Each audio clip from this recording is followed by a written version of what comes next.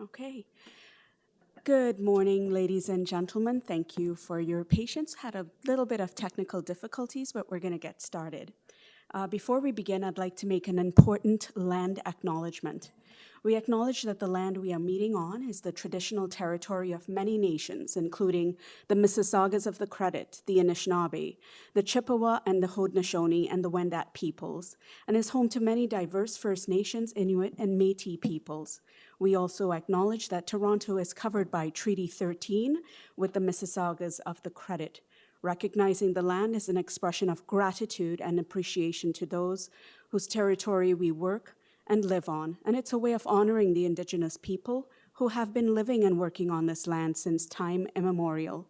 It is a form of reconciliation with Indigenous peoples. September 30th, which is upcoming, marks an important National Day for Truth and Reconciliation with Indigenous peoples, and I encourage all of us to reflect, make personal connections, and to understand the long-standing history that has brought each of us to reside on this land and seek understanding of your place in that history as we honor those who are the first peoples of this land. In accordance with Section 45 and 53 of the Planning Act 1990 as amended, this meeting of the Committee of Adjustments of the City of Toronto is now called to order. The Committee of Adjustment considers applications for variances from the provisions of the zoning that applies to property, permission to extend or alter lawful non-conforming uses, and consent to sever property to create new lots. My name is Nadini Sankar Peralta, and I will chair today's meeting. Joining me on the adjudicating panel today and bringing some various highly skilled skill sets are members Shahin Fazeli, Carol Martin, Maddie Marziari, and Marianne Cassin.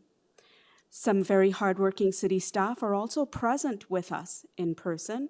We have Deputy Secretary Treasurer Mr. Simon Lamb, and along with planning staff Sarah Ovens, Sam Mozayani, Brendan Clapp, and Farzana Tohidi.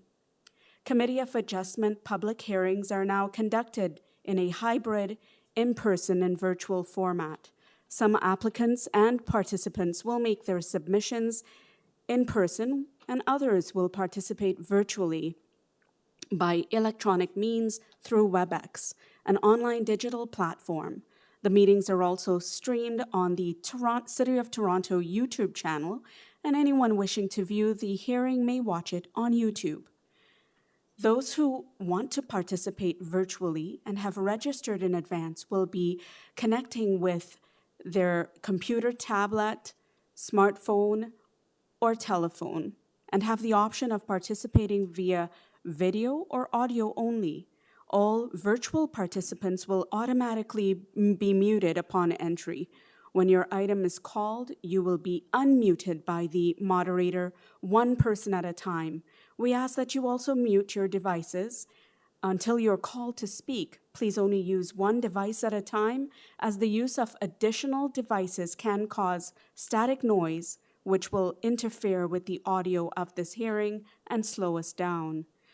To ensure further audio clarity, we suggest that you do not use the speakerphone function of your telephones. Those participating by video appearance will be temporarily upgraded to panelist when your item is being held. During this time, your camera will be enabled.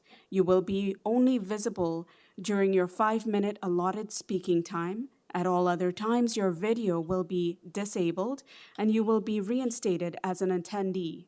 For both in-person and virtual participants, Committee of Adjustment staff will share presentations submitted in accordance with the written submission deadline. Those participating through WebEx are not allowed to use the share screen or any of the other panelist controls during a video appearance. The host will remove you from the panelist role if you fail to respect this instruction. Now, with respect to receiving a copy of a decision of the Committee of Adjustments, those who are attending in person today and who wish to receive a copy of the decision of the Committee of Adjustment on an application must fill out a decision request card, and those participating virtually will need to submit a written request for a decision by email. Please ensure that you include your name, address, and email address because the Committee of Adjustment and the Toronto Local Appeal Body, the TLAB, will be sending notifications and appeal dates by email. If you do not agree with a decision of the committee, you may be able to appeal the decision to the Toronto Local Appeal Body or in some limited circumstances to the Ontario Land Tribunal. However, the provincial government amended the Planning Act and generally removed rights of third parties to appeal Committee of Adjustment decisions. Only the applicant, the Minister of Municipal Affairs and Housing, specified persons, and public bodies as those terms being defined in the Planning Act are permitted to appeal decisions of the Committee of Adjustment. Appeal decision instructions are set out at the bottom of the decision of the committee. With respect to the hearing procedure, I will call each item in the order listed on the agenda. When making your submissions where an application is uncontested, the agent or applicant may proceed with their presentation if desired. When the committee does not require a presentation, applicants are to advise the chair if they wish to speak to the committee. The committee may ask questions and/or take the matter into committee for a decision. Each speaker, including the applicant or agent, will be given a maximum of 5 minutes to address the committee. I will ask you to summarize your presentation when you are reaching the 5-minute mark without exception. When addressing the committee, please state your name. I'll just say this one last thing. Any presentation or other materials you wish to submit to the committee must have been emailed in advance of the hearing. Staff and committee members cannot accept materials at the hearing. When addressing the committee, please state your name and address clearly. Please remember to confine your remarks to the matters outlined in the application only. The applicant or agent will proceed first and make a presentation to the committee on the application if needed. And please note that the committee may not entertain revisions to the proposals at the hearing today. The committee may decide to defer an application if substantially revised to ensure that revised application is accurate and that all entitled to a notice of the application are informed of the changes. Then individuals in either support or opposition of the application will be invited to speak. Generally, we call on speakers in the hearing room first, and then those participating through WebEx come after. Committee members may ask questions of each speaker after they've finished their presentation. When speakers are all finished, the applicant or agent will have an opportunity to rebut only those issues that were raised by the speakers. This will mark the end of discussion. The application will be then taken into the committee for a decision. When panel members are in the committee making decisions, there are to be no interruptions from the agent, applicant, or application attendees. So at this time, I will be asking, are there any minutes, Deputy Secretary Treasurer, to confirm today? Through you, Madam Chair, there are no minutes to confirm today. Okay, thank you, Deputy Lam. Are you able to, we'll get to that in a second. Are there any declarations of conflict of interest from panel members today? Okay, there being none that I see, I will now move on to any items for deferral. Deputy Lam, are there any items for deferral? Through you, Madam Chair, there are no deferrals this morning. Okay, thank you very much. So what we'll do is we'll get right into it. I do need one little bit of support.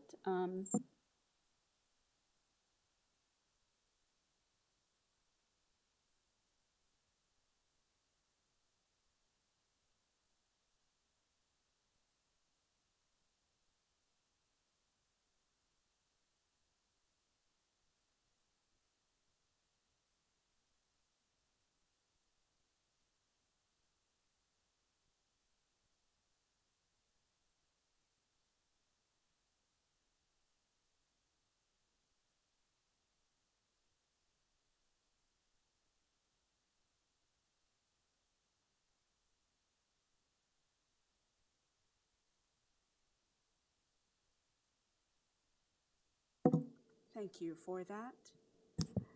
So now we'll get started. Let's move on to item number 1. Item number 1, everyone, is number 173 Valley Road.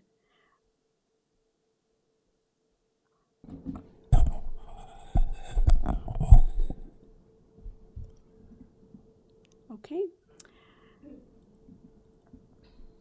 My screen has frozen for one brief moment. Always happens. Okay. So this is to obtain a consent to sever the property into 2 lots. There is a part 1 and part 2 of this lot. There is a staff report of August 16th. There were no comments or concerns whatsoever. There was a standard conditions, and TRCA had no concerns. Engineering of August 16th did have some recommendations. So at this time, I'd like to pull into our morning agenda Mr. Michael Minette. Is that you? That is Thank me. you. If Good you morning, could- Madam Chair and members of the committee. My name is Michael Minette. I'm the agent and the planner for this application. As you indicated, there are staff reports from planning and from engineering. I want to advise at this point that we agree with the recommendations and the conditions set forward in those 2 reports. The application is for severance to create 2 lots from 1 large lot. Is it possible to bring up the proposed property severance plan map? That's the one that has, it's colored and it has the 2 footprints on it.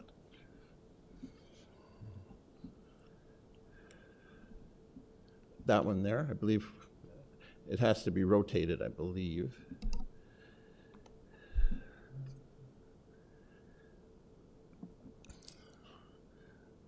Okay, I guess we can keep it that way. The just for the information, the property that is east would be at the top. The proposed severance is from a lot that has a very large frontage of 170 feet, 51.83 meters, and the lot area is 2450 square meters, 26,380 square feet. Each lot will have a lot frontage of greater than 85 feet. There are no variances required since the proposed lot size and frontage meet the requirements of the zoning bylaw. And what I've done here is to indicate on the plans, the green area are the lot areas. The pink areas that you see outline what a building footprint would be if we applied all of the setbacks that are applicable to each lot. So within those pink areas, you would be able to fit a building. The coverage for those footprints are 0.39. The bylaw maximum is 0.35. So effectively, you would be able to fit a building on each of those pink areas. It could float somewhere within that area, but no variances would be required if it was the coverage was kept at 35%. The proposed consent application meets all the requirements of Section 5124 of the Planning Act. And as I indicated, there are no variances required, so I would request that the committee approve the application for consent with the conditions and with the recommendations from the city departments. And I'm Okay. here to answer any questions you might have. Thank you, Mr. Minette. Members, panel members, do you have any questions of Mr. Minette? Okay. There being none, then what we'll do, and there's no one else to speak to this application that's noted today, panel members, we're ready for any comments or a decision. Please note that the 4 tests do not, are not considered for just applications to sever properties. So with that, either can I get a motion or someone to kick off any discussions? We're in committee now. Okay. Madam Chair, I'm ready to make a motion on it unless there's other discussion from panel. I think this is a reasonable application. I think it's appropriate, gentle intensification. I think that it meets the requirements of Section 5124 of the Planning Act. And I think that it's appropriate to approve subject to the standard consent conditions for planning and the memo from Engineering and Construction Services with some conditions. Great. Motion from Member Casson to approve this application with those conditions and seconded Second by that. Member Marzayari. All those in favor? Okay, unanimously approved. Thank you, sir. Thank you very Your much. application has been approved. Panel members, let's turn our attention to item number 2, number 46, sorry. It's quite a number. It's going to be 46, 48, 50, and 52 Parkholme Avenue. And these are an intention to consent to sever a portion of the land for several lot additions to create a new building lot. With this, panel members, there is a forestry application that applies, condition number 1.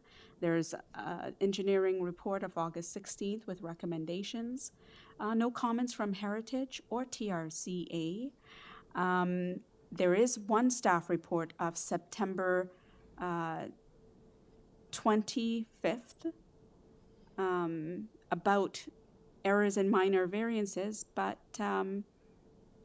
there's also another staff report that has come in saying that this does not meet the 4 tests. So with that in mind, let's call out, there's no one to speak to this application except the applicant, Arlene Beaumont. Ms. Beaumont, if you could state your name and address for the record, please. Thank you. Good morning. Arlene Beaumont, Outred and Associates. We are the agents for the owners of these 4 properties. We were a little surprised by the staff report because we did have some pre-consultation several months ago. Our clients had originally wanted 6 lots, and planning said they didn't think that 6 lots could be supported, but potentially 5 could be. So we were a little surprised on Friday when we got the negative staff report. However, I have had a chat with planning on Tuesday, and my clients have agreed to reduce some of the variances required for the proposed dwellings. In fact, they would eliminate the variance for lot coverage, reduce the dwelling length. So perhaps if you could start by stating the actual variance numbers Okay. and what the changes that you're making. Sure. And I'm presuming they're going to be applicable for all the various parts. They are, that is Okay. correct. So if you can start with the variance numbers themselves, I think they go Okay, from 1 so through 7. I'm sorry, I'm just getting to the right document. Give me one moment.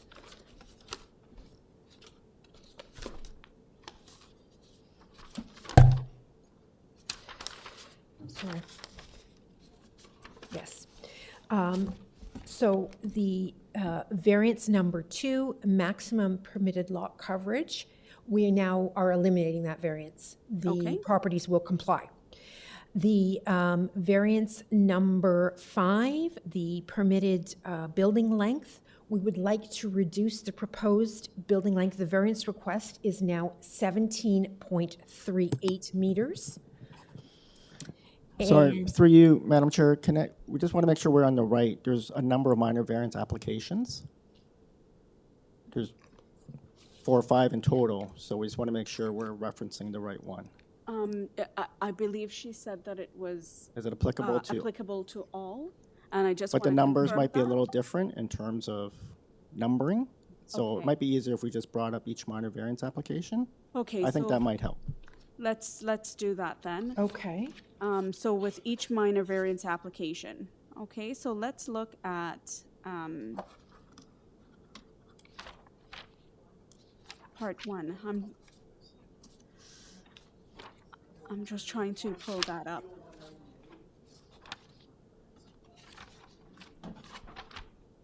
Okay. Sorry, I've got 199 in front of me. I'm just looking for 198.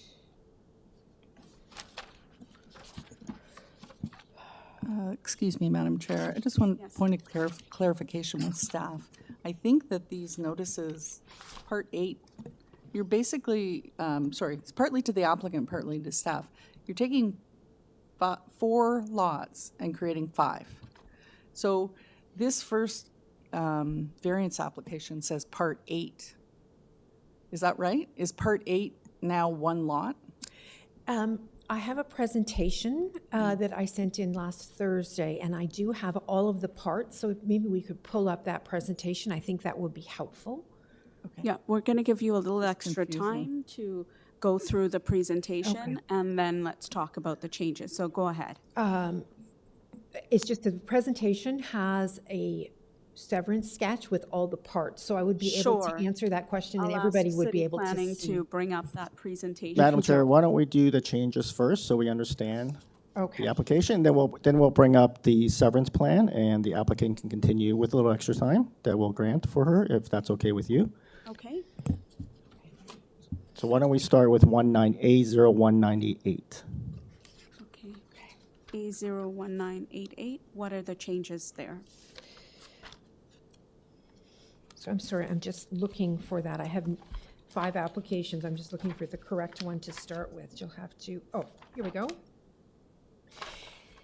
So variance number 3, maximum permitted building length is now going to be 17.38 meters. Variance number 4 is no longer required. That is maximum building depth, no longer required. Variance number 5, lot coverage, no longer required. And number 6, maximum permitted height, we're now asking for 8 meters.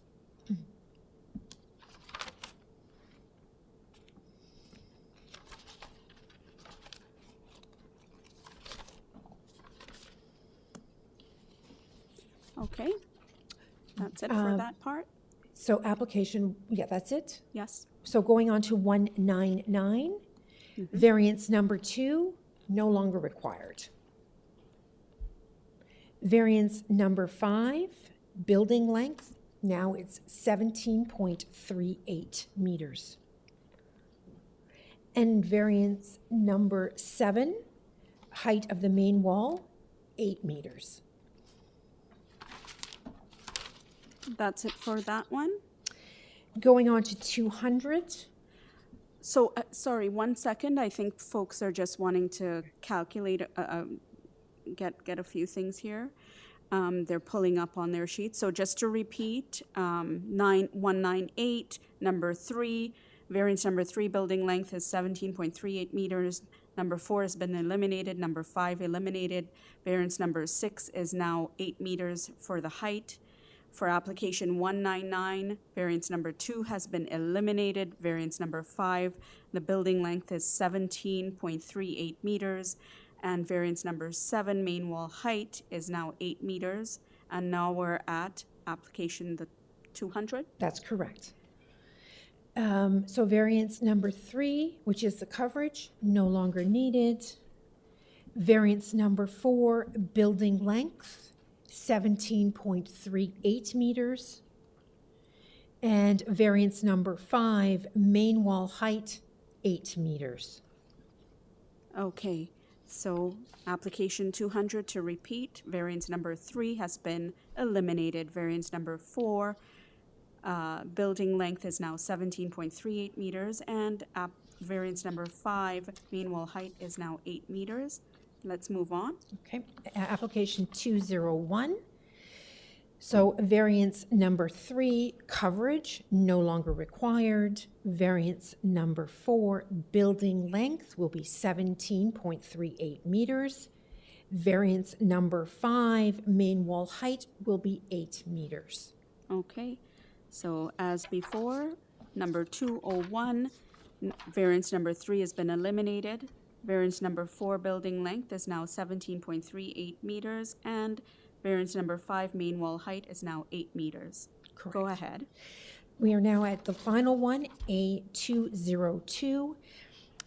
So variance number 3 eliminated, that's lot coverage. Excuse me, variance number 4, the proposed building length is now 17.38 meters, and variance number 5, main wall height, now 8 meters. Okay, so to repeat, variance number 3 for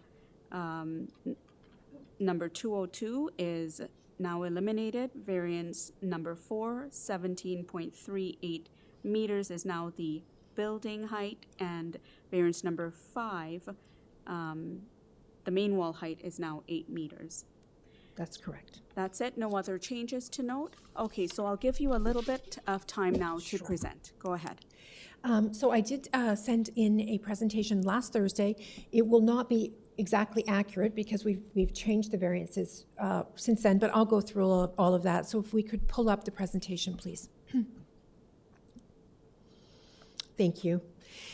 Next slide. So the subject properties are located very close to where we are standing right now on the north side of Parkholme,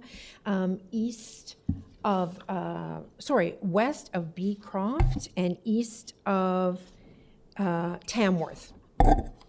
Next slide, please.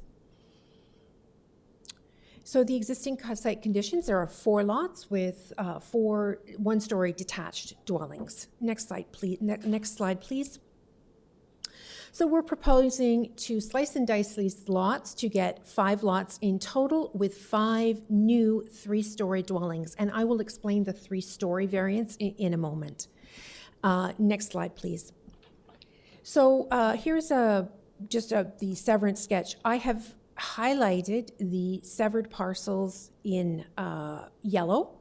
So what we're doing is severing for lot additions, and then at the far left, the final severance will create lot 52A, will create the 5th lot.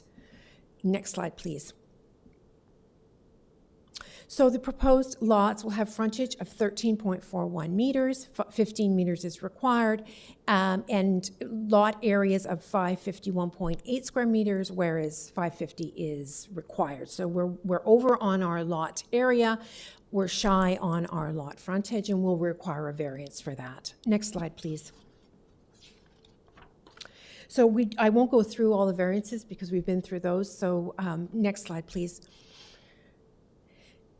So the variances for 52A and 46 Parkholme, they both required a dwelling depth variance. We no longer require those variances because the building length has been reduced. So we've, again, been through that. Next slide, please. With respect to the variance for 3 stories, that red line is the the existing grade of the property. The rec room that you can see there does not meet the bylaw definition of basement. So the first story is being considered that rec room level. So that's how we get a 3-story home. Part of it is below grade, but not enough of it is below grade to be counted as a basement. So it's a bit of a technical variance. The main floor of the house is raised slightly so that we could have an integrated garage. Next slide, please. So I just wanted to, the other thing I wanted to note is there is a variance for a platform above the first story, the first floor being the rec room level.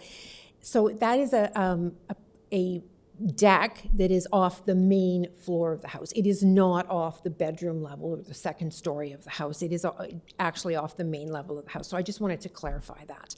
So there should not be undue overlook conditions because of this deck. Next slide, please. We have spent an awful lot of time on the driveways for this proposal. There are city-owned trees, large city-owned trees that we needed to keep in mind. So we have spent a lot of time configuring these driveways so that we have the required setbacks for the trees. There is one very small tree that will have to be transplanted, and we will be applying to forestry for that. But all the large trees we've done are level best to make sure that they're well protected and the driveways will not interfere with them. The driveway width is slightly larger. It will allow 2 cars to park in the driveway in front of the garage. Next slide, please. Variance for main wall, again, we've reduced that to now 8 meters. And next slide, please. So I think that with these changes, The proposed dwellings are now more in line with the proposed lot sizes, and we believe this is a good planning application that represents gentle intensification in a low-rise neighborhood. I'm happy to answer any questions. Thank you so much. Members, do we have any questions of Ms. Beaumont? Yes, I see Member Carol Martin. I just have a quick question. You may want to mute your computer, your laptop.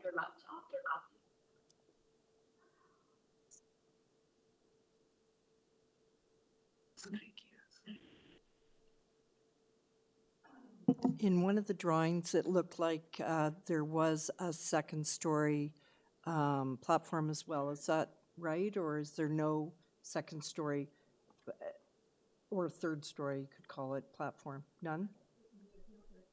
Okay, okay, thanks for clarifying. Okay. Any other questions from panel members? There's no one else to speak to this application, and I see no hands up. So with that, we'll take this into committee for discussion and decision. Committee members, are there any points that you would like to discuss further? If not, can we entertain a motion, please?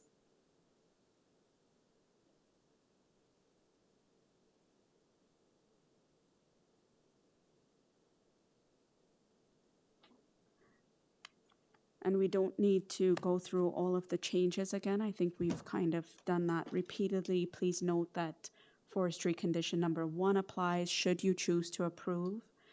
There is engineering recommendations as well, but please bear in mind the staff report with their concerns, although I did see that the applicant has tried their best to explain their position on that. Madam Chair, I'm Yes, willing Member to. Casson, go ahead. I'm willing to put forward a motion. I think this is a reasonable application. I think it represents some gentle intensification in this area. And the applicant appears to have worked with staff to reduce the number of lots they originally tried to obtain here. I think that a 2-meter less size lot frontage is reasonable. They're meeting the lot area of the zoning bylaw. You know, they're newer houses, obviously, than what are there existing, but that seems to be our standard these days. And I think that the application, the consent application, meets the tests under the Planning Act, Section 5124, for appropriateness. And with respect to the variance applications for the various parts, I think as well the applicant has worked with staff to reduce some of those variances, and I think they've made a more appropriate building envelope that is approvable in my opinion. So for that reason, I'm willing to put forward the motion to approve subject to the engineering and construction services conditions and forestry condition number 1. Okay. Oh, yes, I'm sorry, the standard consent conditions from planning. Okay, thank you for that. Member Casson with a motion to approve this application with those conditions and with the modifications that have been stated by the applicant here today. Can I get someone to second that motion? Seconded by Member Martin. All those in favor? All those opposed? Member Fazeli opposing. Your application has been approved. Thank you. Thank you very much. Okay. Panel members, let's turn our attention to application number 3, which is number 52 COCKSFIELD Avenue. Please note that this is an application for it's 2 variances, and it's to construct a rear and side addition to the existing bungalow. There are 3 letters of support. There's Nina Fant as the applicant, Is Nina Fant here in person or online? She's online, Madam Chair. Okay. Ms. Fant, if you're there, if you can state your name and address, please, for the record. Morning, committee. It's Nina Fant, 16 Markdale Avenue. I'm the architect and applicant for 52 COCKSFIELD Avenue. All right, thank you so much for that. We do have someone here noted to speak to this application, and I'm not sure, I will check with city staff. Oh, the neighbor, okay. So, Ms. Fant, why don't you give us a brief presentation on the merits of your application, and we'll hear from the neighbor. Okay, sure. So as you stated, the project is a one-story addition, and we are requesting two variances. One is for the side yard setback on the west side. The reason we are requesting this is because we would like to keep the addition in line with the existing bungalow. So what is required is 1.8 meters, and we are requesting 1.24 meters. The second variance is for building length. Required building length is 17.52 meters and 17 meters, and we are proposing 17.52 meters, and that's it. We do have 3 letters of support from both adjacent neighbors and from one neighbor across the street. Okay, thank you for that, that information. Panel members, do you have any questions of Ms. Fant? There being none noted, then let's bring out the neighbor, Mr. William Holtzman. Mr. Holtzman, are you there? If Mr. Holtzman could be unmuted, if you could state your name and address for the record, please.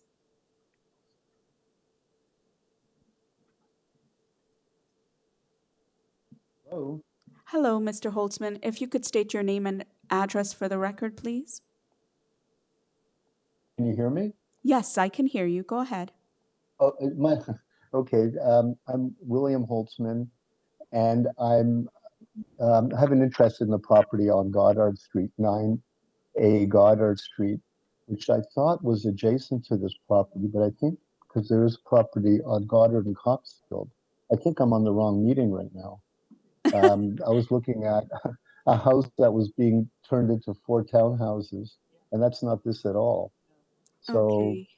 I guess this is kind of, I don't know where, they're supposed to be meeting at 10 a.m. Okay, for this so, other one. well, what I'll do is I'll have city staff may reach out to you But- to determine which application that might be and to put you in the right slot for that.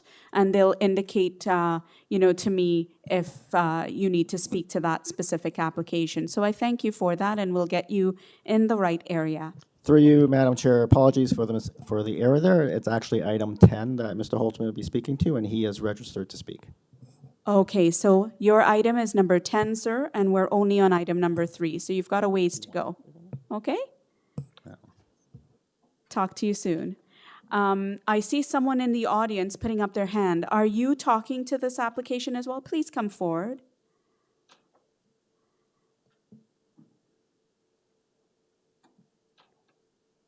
Hi there. Can you state your name and address for the record, please? If you can press the button to unmute yourself. Yeah. Hi, my name is Injang Sarah Byun, 93 Bedian Drive. With the respect for architect Pedro Pinten, I have an honor to have a chance to announce. I have a first question did you visit the site? My house is in the back of the 50 Park Home site, lot 28. I think every architect thinks importantly the context and harmony of the existing surrounding and current I'm existing so sorry building. to stop you there. I think you've put your hand up for the wrong My application. house is Northfield, built in 2000. Hi, I'll stop you right there. The application that we're on is number 3, and you were talking to application number 2, and that's already gone. It's But I missed my chance to announce. I'm so sorry. I thought that there was. I already hands on, but you missed my chance. I did not see. I'm sorry. I'm did so sorry. anyone I have to notice? talk because she's gone. Okay, I'm just gonna pause this You for have to 1 call, second. recall. Okay? I'll do a 2 minutes break. Let's pause for 2 minutes and let's help you out. Thank you. Thank you.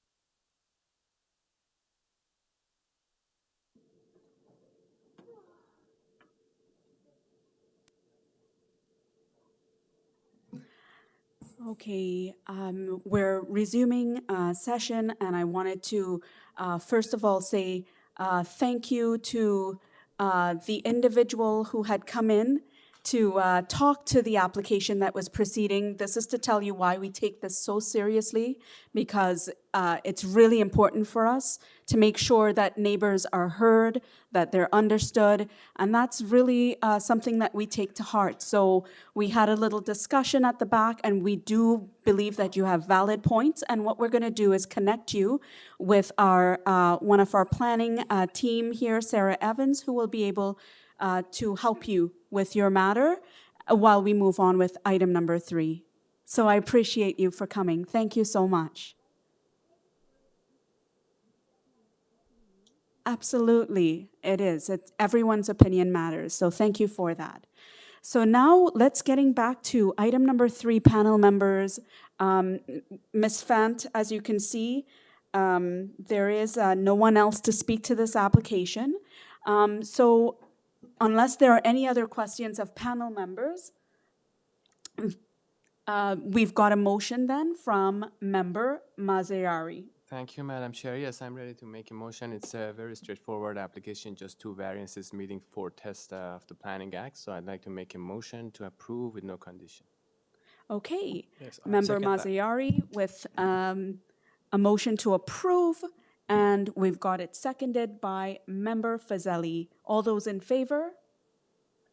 And your application, Ms. Fant, has been unanimously approved. Thank you, and thank you for your patience with us today. Thank you. Thank Okay. you. Great. And now we've got, let's move on to item number 4, panel members. We've got an application number 449 Elm Road. And this is to construct a new dwelling. Panel members, there are 9 variances noted for this application. Forestry condition number 1 applies. There has been a staff report of September 19th asking that variances 3 and 4 be developed substantially in accordance with the site plan drawing. There are 2 letters of opposition. However, no one is here to speak to this application, but I will double check in the audience a little later. And so, Mr. Hidari, you're here in person. Thank you. If you can state your name and address for the records. Good morning, Madam Chair, member of the committee. My name is Mehran Haidari. I'm designer and applicant for the application in front of you. So the opposition letter that we received from 2 property, one is the behind number 6. Jenny, the owner, already talked to them and they are happy with the application and they don't have any opposition anymore. And the other opposition letter is from the opposite side of the street and they are out of the country and the owner couldn't have a chance to talk with them and explain the application. And the concern is about the number of story, that is a technical variance that we have in the recent application because of the new bylaw. Basement definition is changed and the established grade, mid of the established grade, mid of the basement has to be lower, and right now the basement, one part of the basement doesn't comply with this, and this is why the zoning examiner considered this one as a 3-story, and actually it's just a 2-story, and all the other concern about the area of the platform, that is 4 square meter, again, because the main floor considered as a 2nd floor in the zoning notice, so we consider the balcony and has to be comply with the 4 square meter, but it's actually the rear deck that is comply with the deck that is not more than 5% and also not more than 2.5 meters. So this is why we have these 2 variants. And the other variance is comply with the character of the neighborhood, and I submitted the approval of this neighborhood in the lot coverage between 37 to 51%. And also the other variance that we have about the coverage and the length and the front yard setback, it's because of the zoning examiner. If you look at the drawing A02, so the drawing A02 shows the garage and the front yard setback comply with the bylaw.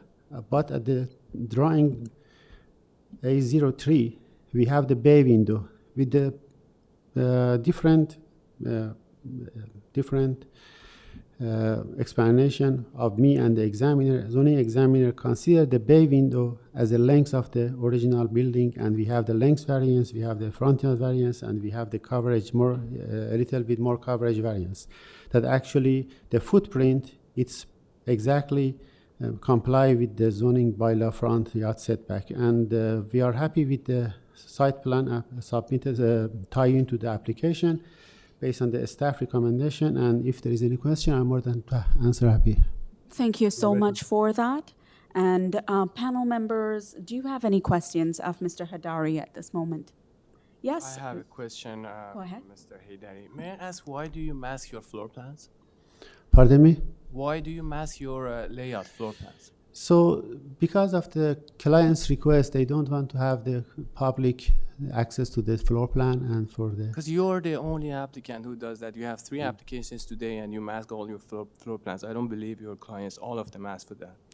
So this is something that because of their request, and we are protecting our design. So this is why we are protecting. If there is a concern, so we can consider on the next applications. The reason I am asking is there are some variances that are directly dealing with the floor plans. We want to see what's going to happen inside. And why do you ask for that variance? Okay, so yeah.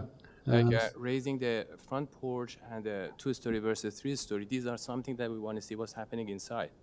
So I wish I had opportunity to show the drawing right now in front of me. So I don't know what can I do now, but I will consider for next applications. So something is related to the notice. I will attach the clear floor plan. Okay. Nice. May I bring the drawing for you? I understand the application, but I just feel. Yeah, sorry for this. Thank you. That's good to note about unmasking the floor plans, especially when there are variances that are attached to it. That would really help us understand. Panel members, do we have any other questions? Yes? I don't have any question, just a comment. I think in situations where sometimes any of us as panel members, we require, like, it would be helpful to have a floor plans. One option is basically if it could influence the decision-making process, maybe we could defer the situations and request them to include that for the future.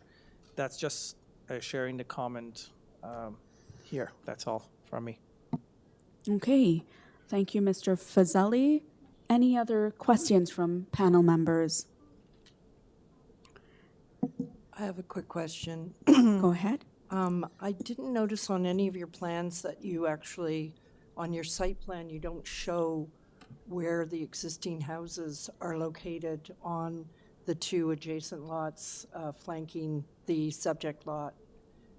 That information is really important too, because we like to see where your the massing of the new house sits in relation to the existing houses. Actually, there is. If you look at the drawing, Which drawing? A01.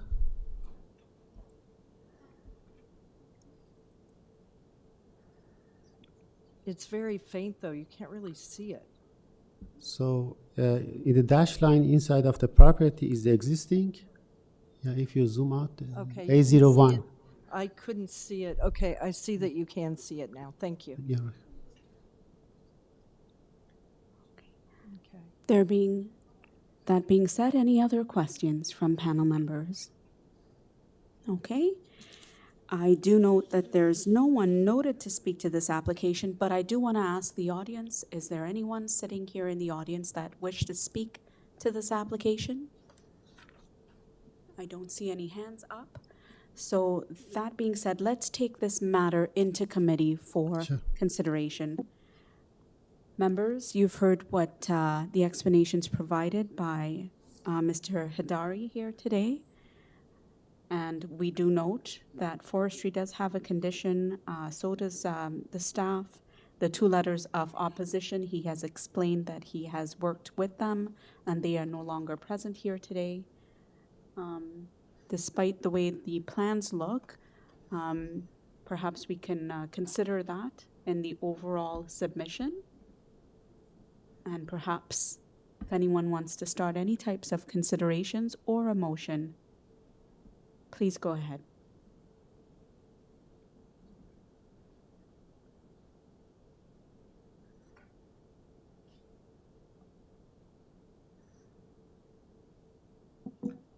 just want to note to the committee that the, the minimum front yard soft landscaping is 10% less than it's 10% less than it should be. Okay, so the landscaping is 10% less. Nine. I'll ask that you 9 to 10. put your camera up for the, Oh, sorry. because you're not being seen on, Yes. no problem. This isn't set up properly. I got to move something. There we go. There. Yeah. Perfect. So member Martin is suggesting about the landscaping, some concerns that she has had. Is there anyone else who wishes to offer anything?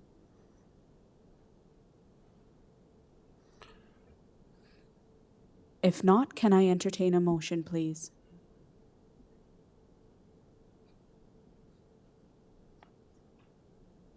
Member Casson. Yes, thank you, Madam Chair. I have a concern with variance 1 because of the lack of information on the plans. And I'm willing to move a motion to approve the application except for variance 1, and subject to forestry condition number 1. I think that the rest of the variances are fairly reasonable. Pretty typical of some of the new houses. And I think that notwithstanding variance 1, it meets the 4 tests. So that's my motion. And a friendly amendment for variance number 3 and 4 in accordance with the staff report? I'm sorry, correct, yes. Okay, that they be developed substantially in accordance with the site plan. Okay. Madam Chair, can I just clarify, Member Caston, you're refusing, you're approving the application, but you're refusing variance Number 1. 1. Thank you. So motion from Member Casson to approve this application with the refusal of variance number 1, forestry conditions applying, and the staff report of September 19th to be applicable. Can I get someone to second that? Seconded by Member Fazeli. All those in favor? May I add sure. a friendly condition because of variance number 6, if we include permeable pavers because of the shortage of front yard landscaping? Are you open to that? Okay, so Member Marzayari suggesting a friendly amendment for variance number 6 to have permeable pavers, which has been accepted by Member Casson. So all those in favor? Madam Chair, can I just clarify what is permeable? The driveway being permeable. The driveway would be permeable. Thank you. Okay, so I'll just repeat the motion that was seconded by Member Fazeli as well, and that is to approve this application with refusal of variance number 1, subject to forestry, subject to the September 19th staff report, and subject to variance number 6, that the driveway be completed with permeable pavers. All those in favor? Okay, unanimously approved. Your application has been approved with those conditions, Mr. Hardari. Thank you so much. Thank you. Okay. Panel members, let's turn our attention to application number 5. Application number 5, panel members, is 9 Sandfield Road, and this is to construct a new detached dwelling with ancillary building in the rear end. Panel members, there are 12 variances here. There is 1 letter of opposition from the Don Mills Residents Association. There's also a September 19th staff report asking that we refuse the lot coverage, which is variance number 7. Let's get the agent out here or online, Nafiza Zanjabadi. Ms. Zanjabadi, are you here?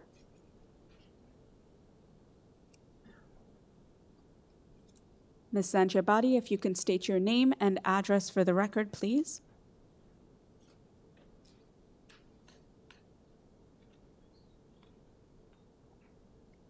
Ms. Zanjabadi, can you hear us? Maybe you've muted yourself. If you can state your name and address for the record, please.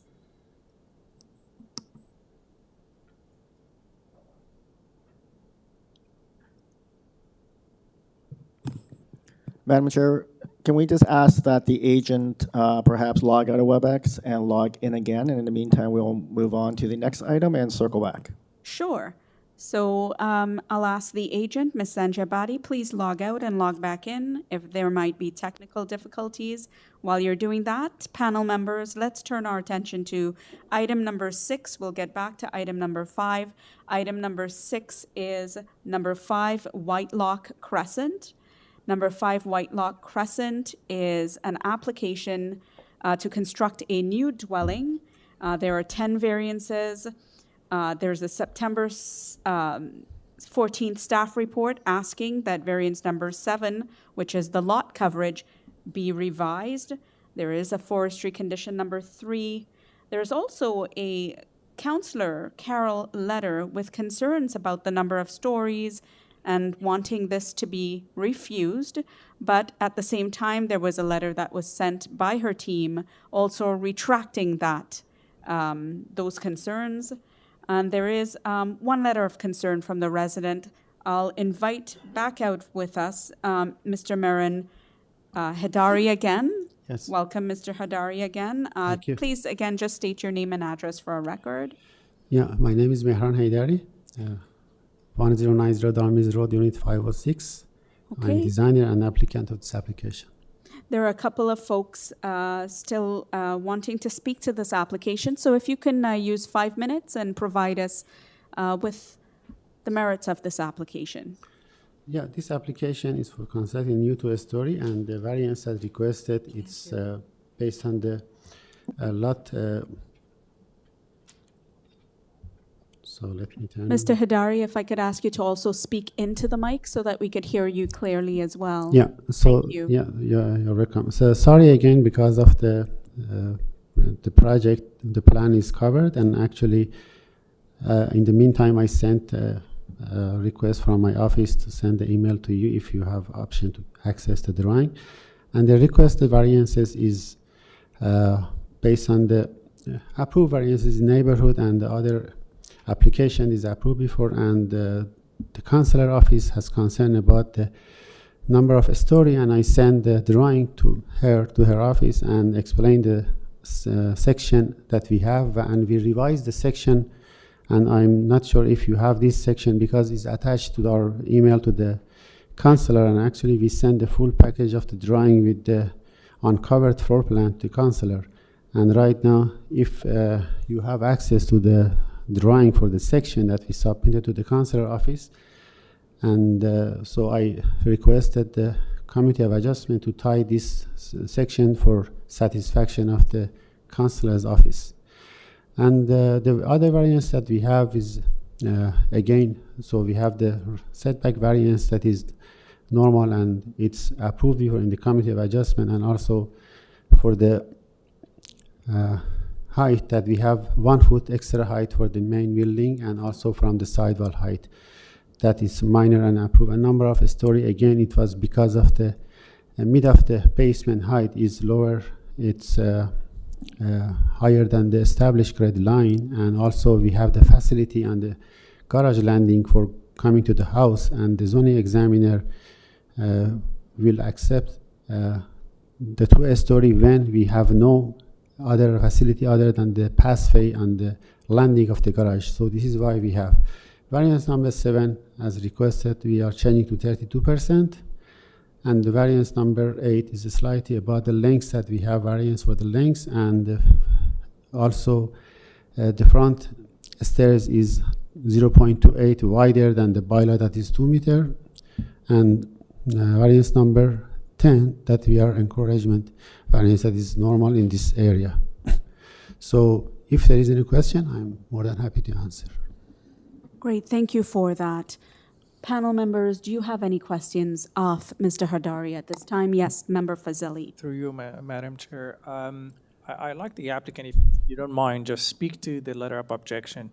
Are you aware of that? Can we have that letter of objection on a screen? Yes, I found out what happened. So there was the application a long time ago from the previous owner about the removal of that tree. I found that arborist report in the history on the system.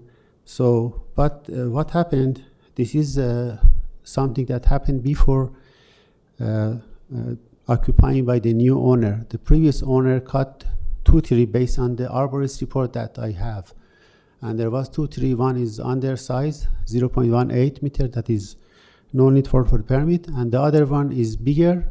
And actually, we could get a permit application for removal for that tree because it was inside of the property, inside of the construction time. And we didn't have any reason for removal of that tree. But it was happened before ownership by the new owner. And you have the transfer deed, and you can see the time of the transferring the property to the new owner, and also the date that the neighbor opposes Canada Day, July 1st has happened, but it was long time before that the closing of the property.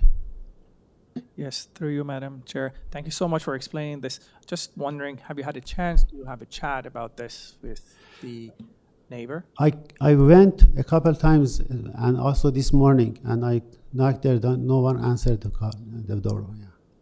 Thank you. You're welcome. Okay, great, thank you. Madam Chair, Yes, sir. can I just clarify? I thought I heard some references to variances. I just want to make sure that the applicant is not making any changes. Okay. Thank you.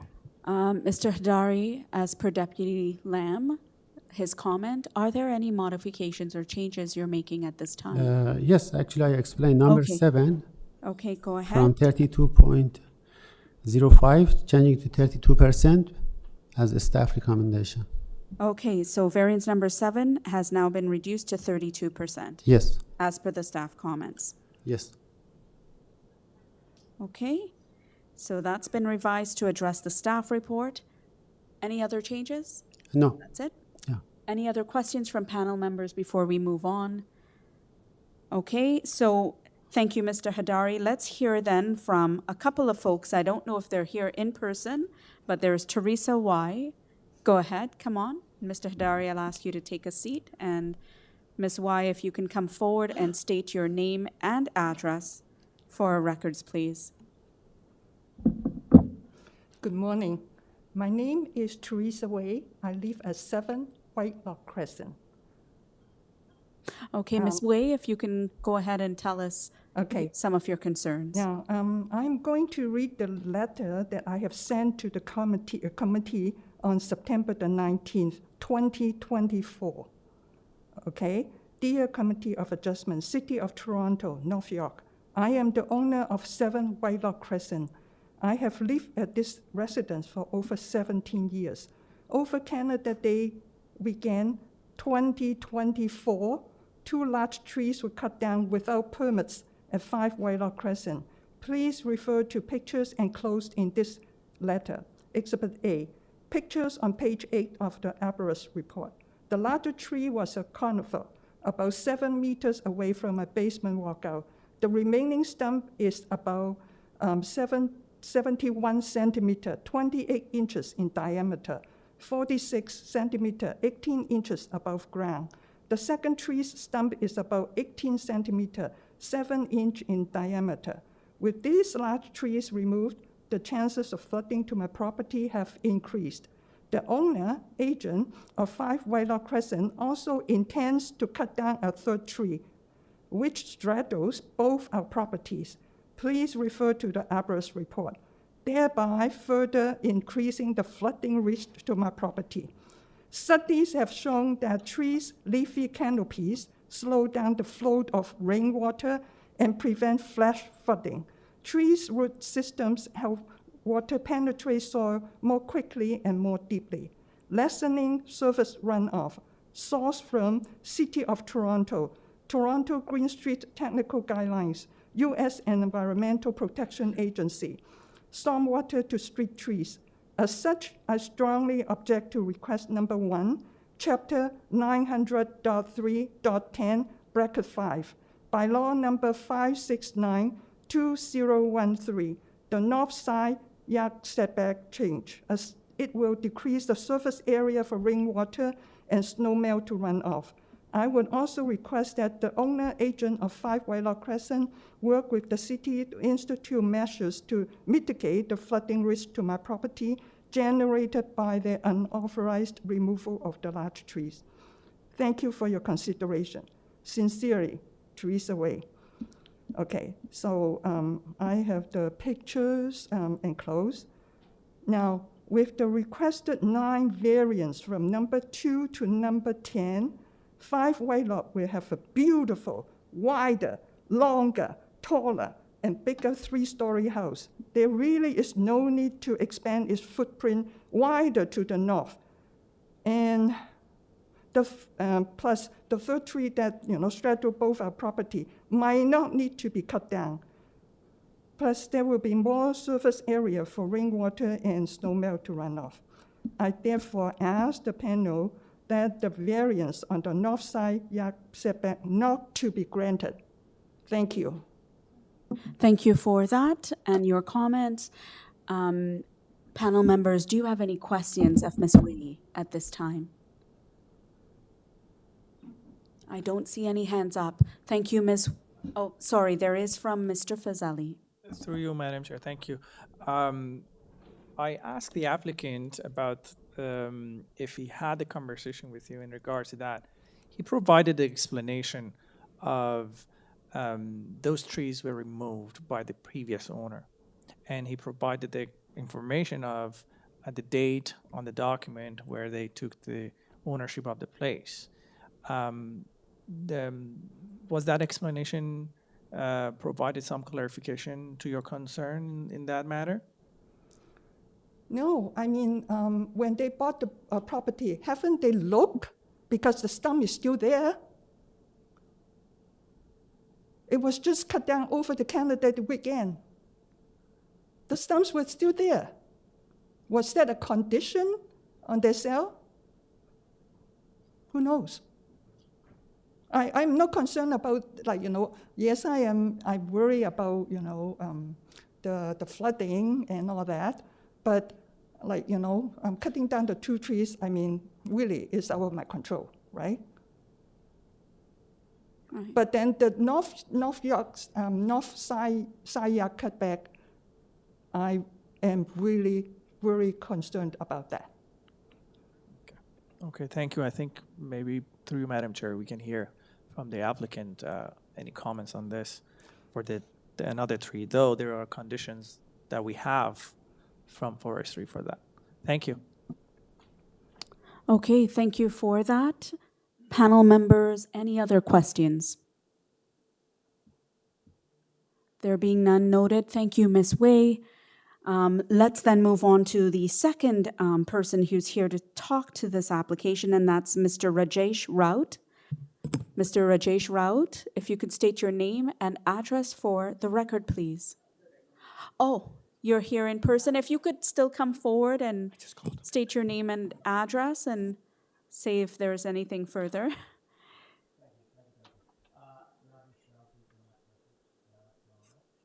If you can turn the mic on and just repeat, thank you. Yeah. Thank you. Thank you, committee members. Rajesh Raut, 8 Nomad Crescent, Toronto, Ontario. I was just here to support, I saw the letter. I've been following the documents and, Mr. Mehran has already explained to you what's happened. When we actually acquired the property, it was 3 months ago. And the property was just the way, actually, it's a really old property with raccoons living in that property. Overgrown grass and things like that. There was really no condition to do anything more. And happy to share the purchase agreement with the committee. In fact, after we acquired, the property closed. We only went there when we went there in September or somewhere. We saw 2 advisories from the city saying that you need to cut the grass, you need to cut this, you need to cut that. So that's when we actually approached Mr. Mehran and asked him what is it that we really need to cut. And he said, don't really touch any trees as of now. You don't have to cut anything, but you have to clear the yard. And that's what we, we got the yard cleared. That's all we did. Sorry, are you the neighbor or are you the owner? No, I'm the owner. You're the owner? Okay. Yes. All right. So perhaps we'll just stop there because we only have one person who's supposed to represent the application. That's why I wasn't speaking, but I thought you said you wanted me to speak. I thought for a minute you were the neighbor. No, I just wanted to give an explanation. Sorry, thank you. All right. Thank you so much, Mr. Raut. Okay, so if there are any questions of Mr. Raut, none noted here. Let's invite Mr. Hidari back unless there's any other members of the audience wishing to speak today to this application. I see no hands up, so Mr. Hidari, if you can share a rebuttal to all of those concerns raised by Ms. Wei. Please turn on the mic. Yes, actually, as mentioned, Mr. Rajesh explained, so I went to the property 2 or 3 weeks ago, and I saw the advisory notice on the door from the urban forestry and requested removal of the dead tree and also cleaning the site because it was the mess. And also, as I explained, the ownership of the NIST property is on the application. If you can see the transfer deed on the application, is mentioning the time that is closed, application is closed, and I had the opportunity to go there after the closing. I didn't go to the site before closing of the application. And also about the storm water and the drainage and the flooding that the neighbors has concerned, there is no relation between this development and the tree for the neighbors and also the tree branch. I agree that the tree branch covering the rainwater to the ground, but this is not something technical that, as you know, we are going to submit the grading plan that shows all the retaining wall, the runoff, and the stormwater, and avoiding any water goes to the neighbor's property. And this is something that the city will consider on reviewing the application. I talked with the owner, Mr. Rajesh, about the neighbor's concern about the variance number 1, and I want to have this opportunity to remove variance number 1 from the north side setback to satisfaction of the neighbors. Okay, so you're actually going to make modifications, you're saying? Yes, here? for the neighbors number for number 7. So variance number 1 is going to be removed. Yeah. Removed. Yeah. So variance number 1 removed, and was there another one that you were mentioning? So no, nothing. That is, and number that's it. 7 that we explained that is modified to 32%. Yes. Okay. And number 7 modified, yeah. All right. Panel members, do you have any final questions of Mr. Hidari? Since there's no one else to speak to this, please note the changes made here by Mr. Hidari to try to address the neighbors' concerns by removing variance number 1, and variance 7 has been modified to 32% to meet the staff report. No concerns from the counselor anymore. Anyone wishing to start off any discussions or just go for a motion, feel free to step in. Member Maziari. Thank you, Madam Chair. I am comfortable to make a motion, and I appreciate the applicant make this revision. It's unfortunate that those trees were cut down, but I think we have to deal with the variances in front of us. I believe the requested variances are minor and it meets the other 4 tests. So I'd like to make a motion to approve this application as amended. So variance number 1 to be eliminated and variance number 7 to be reduced to 32%, also subject to urban forestry condition.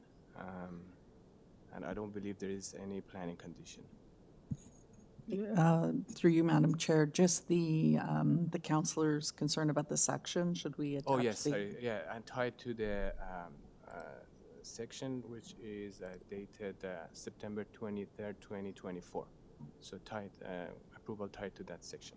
Okay, great, thank you. Member Maziari, can I have someone, with a motion to approve the application with those conditions, seconded by Member Kassan. All those in favor? Okay, your application has been approved with all those conditions. Thank you so much. Let's backtrack to variance, item number 5. Let's see if that's 9 Sandfield Road, and see if Ms. Nafiza Zanjiabadi, the agent, is there. If you can state your name and address for the records, please. Good morning, Madam Chair. Yes, good morning. Go ahead, please. This is Nafiza Zanjiabadi, 30 Apple Orchard Path, Thornhill. I'm the applicant. All right. I note that you have 12 variances. There is a letter of opposition from the Don Mill Residents Association. I also note, I'm not sure if there's anyone here to speak to the application. Please raise your hand in person. I see no hands going up, and there's no one noted online, although that there is a September 19th staff report asking that variance number 7, the lot coverage, be removed. Ms. Zanjiabadi, do you have any modifications that you're making to this application right now? Yes, we're making some modification since we received a letter from the neighborhood and from Urban Forestry and the staff report for the coverage. They had concern with the tree at the back, so we are removing the ancillary building at the back, the pool house entirely, which is going to also reduce our If you coverage. could state which variances are being modified and what the Sure. modifications are, that would help us out. Yes, variance number 10 to be removed. Okay, variance 10 removed. And yes, and variance number 7, lot coverage to be reduced to 38%. Okay, and variance number 7, lot coverage is reduced to 38%. 8%, yes. Sorry, 38, right? Correct. Any other changes? No. Okay, no other changes.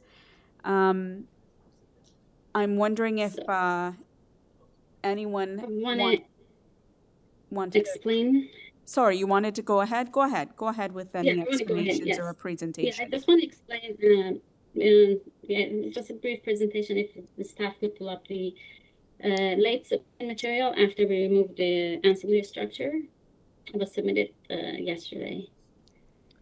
Okay, so she had saying that she removed the ancillary structure. Was something submitted yesterday? Did we receive that? Yes. Staff is looking into it right now. Member Casson seems to have a comment or a question. I was just going to ask a question. If the ancillary building's been removed, is the coverage not reduced? Or is that what the resulting 38 is? Yes, what Okay. 38 is. Thank you. Okay, perhaps if you just go into a brief I presentation. can just go ahead, yeah. Yeah, go Just ahead since the while they're coverage- pulling up what they need to. Go ahead. Sure. So with these changes, basically that will leave us with the variances for just side setback and the rear platforms. The side setback is within the approved decisions of the neighborhood, and since the platforms at the rear are aligned with the main wall, that's why the side setback variance applies to them. However, for the coverage, that was a concern of the planning staff. I just want to explain that if you put up the presentation, you can see that the reason that our coverage the number is high is that the deck at the rear is included in the coverage calculation, whereas the building itself, the length is even shorter than the neighbors, and the mass of the building itself coverage is 29%. And the part of you can see that I've highlighted the deck, and the deck is very low. It's only 30 centimeters above grade. So the part of that is adding to our coverage is only about a foot above grade. It's a concrete deck and a little bit of excavation in the basement for the garage. So basically, if you go down and compare the site plan to the neighbors, just one page down. Yes, you can see that they're even shorter than our neighbors. So our massing is within the approved character of the neighborhood, and the reason that our coverage number is high is just a technical variance of deck being included in the calculation by the examiner. We did remove the ancillary building to reduce the coverage and keep the tree. That was the concern of the Dominions neighborhood, and also the concern of urban forestry. So the tree at the back will be preserved. So basically, this application is only asking for a side yard setback and platform setback at the rear, and there's no length variance, no depth variance, no front and rear yard setback variance, no landscaping variance. We're keeping soft landscaping at the front and rear, as the neighborhood has some concern for the landscaping. So as you can see, just the side setback we're asking and the rear platform for this application. And the massing is compatible with what has been approved in the area. And the deck, as I mentioned, is only 30 centimeters above the grade. And I'm happy if the staff at the panel wants to tie the decision to the floor plan and site plan so that everything could be built in accordance to what we're proposing. Okay, thank you. Member Maziari with a question. Go ahead. I have two questions from the applicant. First, you mentioned that this reduction in lot coverage is because of removal of the ancillary building, correct? Which is 4%. And do you happen to know what is the lot coverage of the rear deck with excavated basement from this 38%? Yes.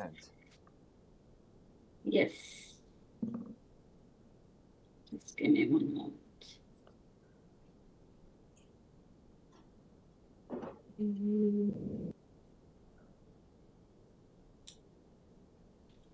So the building itself, without the deck, but with the excavated basement, is 3467. But the building itself, so what was your question? The building and the excavated basement without the deck? Yes, I want to understand how much of this 38% is the area of the deck with excavated basement underneath. So how much? Oh, okay. Yeah. If you could give me like 2 minutes, I'll calculate. Sure.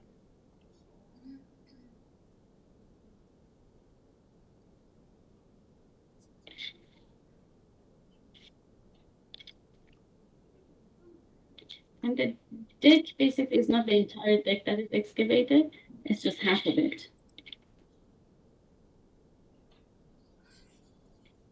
That is correct, yes.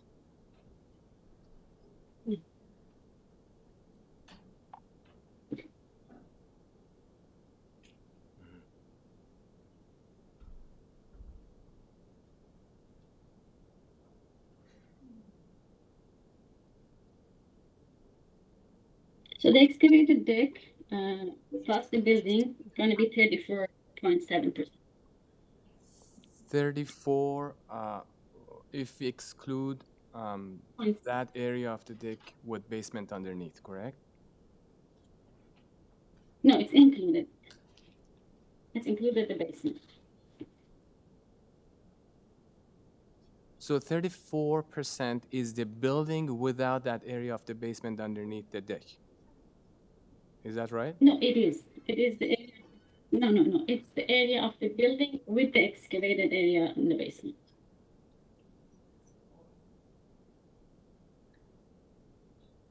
So I'm confused. Sorry, through you, Madam Chair. I think what I'm hearing is the applicant, if you don't mind, correct me. You're saying that the 34% is with the basement, correct? Yes, correct. Correct. And then 38, what's that included in? That you modified to? It also included the deck. Can you repeat that again, entire please? Deck. Hold on, just let me ask my question. Sorry to interrupt you. Just let me ask my question because once you talk, I'm talking too. So what is the 38% is included in? Entire deck and the basement. So 34% is, it includes the basement. The 38%, it includes the deck. The deck and the basement. And the basement. Yes, correct. Yep.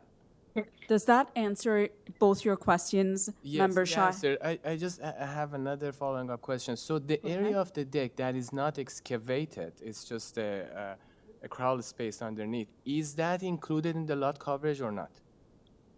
No. It's not. No, okay. It's not. All right, I got my answer. Thank you. Okay. That being said, any other questions from panel members? Okay, and yeah, go ahead. I do have a question, Madam Chair. Thanks, thank you. The question is, like, I understand that you modified the number, the percentage and everything. I'm looking at the staff report. And when I want to check for the, like a, if the 4 test is satisfied, one more important part is the consistency of the massing and the scale, which intended by the lot coverage, right? And you are reducing it, I understand, and you explained about what's included and what's not. Still, with that, I think based on the staff report, I'm thinking my opinion is on that it's not consistent and with the existing physical character of the neighborhood. Do you have any comments to provide more information that is more compensable? The reason that we added that basement part to the building, but if you see our building, the footprint of the building, the massing, main floor, second floor, everything, it's just like 29%, same as the rest of the neighborhood. The only part that is adding to this coverage is that little part in the basement, which we added because of the garage we're having in the basement. We wanted to have the look of the house from the street, not to have more like a huge garage door or many doors because they have so many cars. So we just had to bring the garage down to the basement. And in order to have the turning radius for the cars, we had to add that little part in the basement excavated. And with that part, as I said, is only about a foot above the grade. The part of the basement that is coming out of the grade. It's only a foot. It doesn't have any effect on the neighbors. It doesn't have any effect on the landscaping. It doesn't have any effect on the length and depth. Basically, and the deck on top of that, if we want to have a concrete deck without the basement, it's basically going to be the same effect. So that's why we just added that little extra part. We tried to keep everything within the footprint of the neighborhood in terms of overall massing, length, depth, setbacks, height. There's no main wall height or overall height variance. As I said, just a small part in the basement, which is only encroaching about a foot from the grade. And as I said, if we were to have a concrete deck with a 4-foot footing, it's going to be the same effect. So we just try to keep it the same concept. Thanks for explaining through you, Madam Chair. I understood the reasoning behind why you modified it to this number, but I do not think I received the answer for the question I had.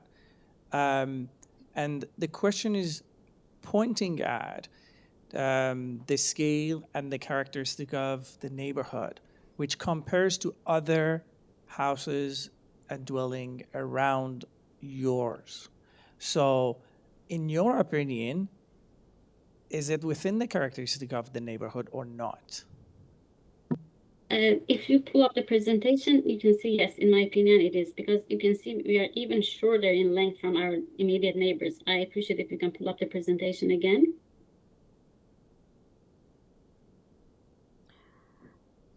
Planning teams, if you can just go ahead. Yeah, just that's last one. So if you can see, we're exactly along, even less in terms of length to our neighbors, exactly the same massing. It's just, as I said, that deck at the rear, which is only about a foot above the grade. Which even if we want to have a concrete deck with no basement excavation, we had to add 4-foot foundation for that. So the massing, yes, I'm in a strong opinion that is within the character of the neighborhood. Okay, thank you. Any final questions from our panel members? Sorry, are you talking to this application?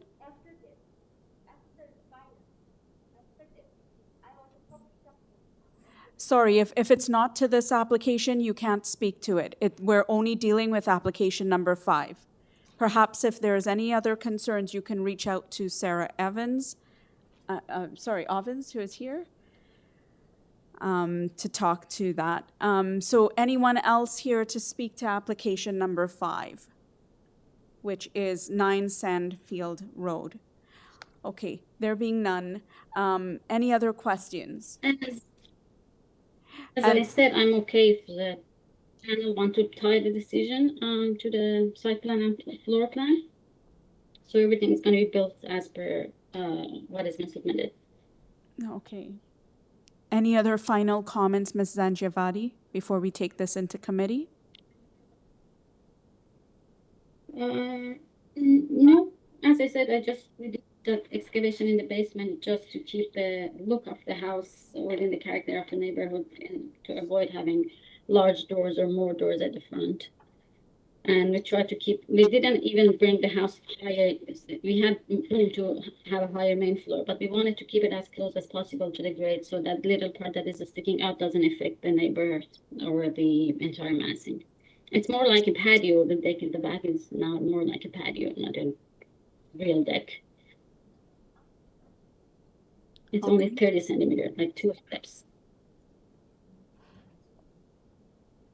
Okay, so we're going to go into committee, and I feel that there might be still some discussions that committee members are having. Feel free to open up the floor, or if not, a motion. Go ahead, Ms. Martin. Sorry, Madam Chair, I just want to clarify, there was a comment made by the applicant about tying it to a site plan. Just want to clear, if she removes the ancillary structure, then just make sure there's a revised site plan. Because you can't do it to the existing one. It likely shows a It'll be the ancillary revised structure. site plan if you have to tie it. But we would need to have it up on the screen to show this out of transparency. Okay, sure. Yeah. So we will, if it is being tied to the site plan, the revised one will come up on the screen just to show everyone. But Member Martin, do you have a comment? Just when we go into committee. We are here. Oh, Yeah. we're in committee. I have concerns, and I just want your opinion. I have concerns that the lot coverage is way above what is the maximum lot coverage for the area. And it does affect stormwater runoff, all sorts of things. And my other concern are the 2 platforms are well above the allotted for meter squared allowable area for platforms. So those are my 2 major concerns with this application. Thank you, Ms. Martin. Member Martin talking about concerns with the platform and still the lot coverage. Member Casson? I just have a question of staff. Could you pull up the staff report? For some reason, I can't seem to access it. Yeah.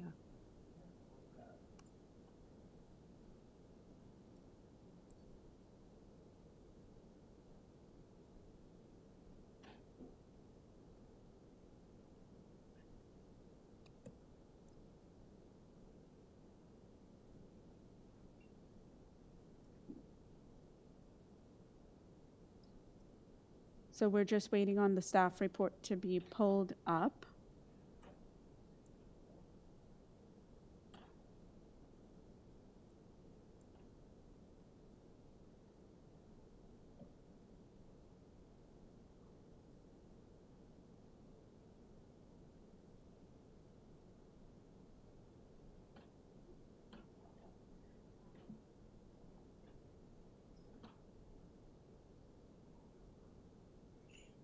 Okay, so there we go. We've got the staff report up on the screen. And we're taking a look at this.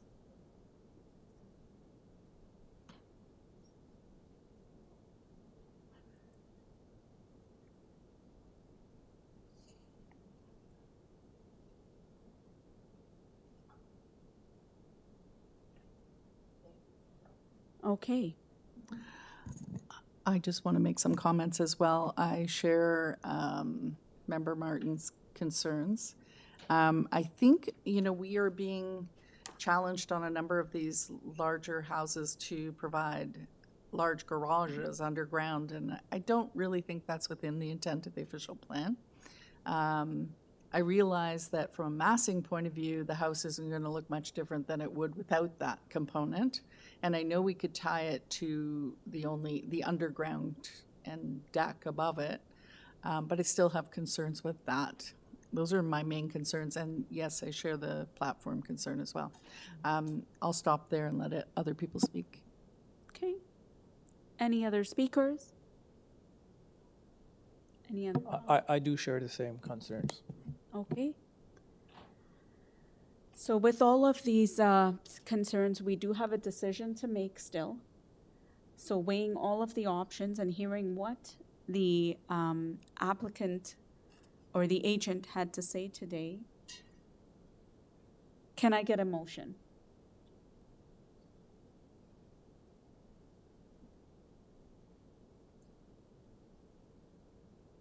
Please note, it's 12 variances, of which a couple of them have been changed. Variance number 10 removed. Variance number 7, the lot coverage has been reduced to 38%, although it's seemingly high for some of us, as well as the platform area. We do have a staff report saying, refuse variance 7, and we do have the Don Mills Residents Association stating their concerns as well. Can I get a motion?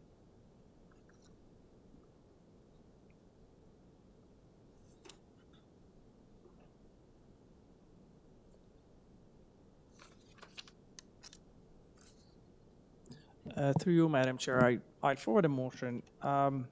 I believe with the application, the lot coverage is something that I have a concern with.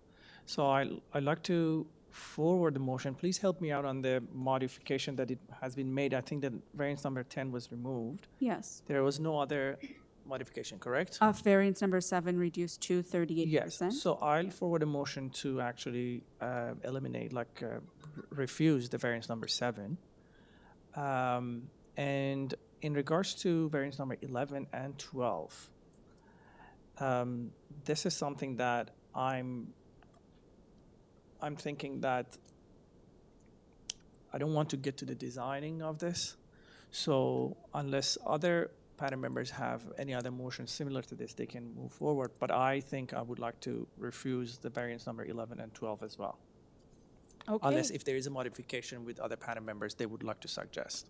So we've got a motion from member Fazeli saying to approve the application. However, with the changes made by the applicant, whereas variance number 10 is, eliminated or removed, but variance number 7, as well as 11 and 12, also be refused. Unless there's any other friendly amendments, I'll ask for a seconder.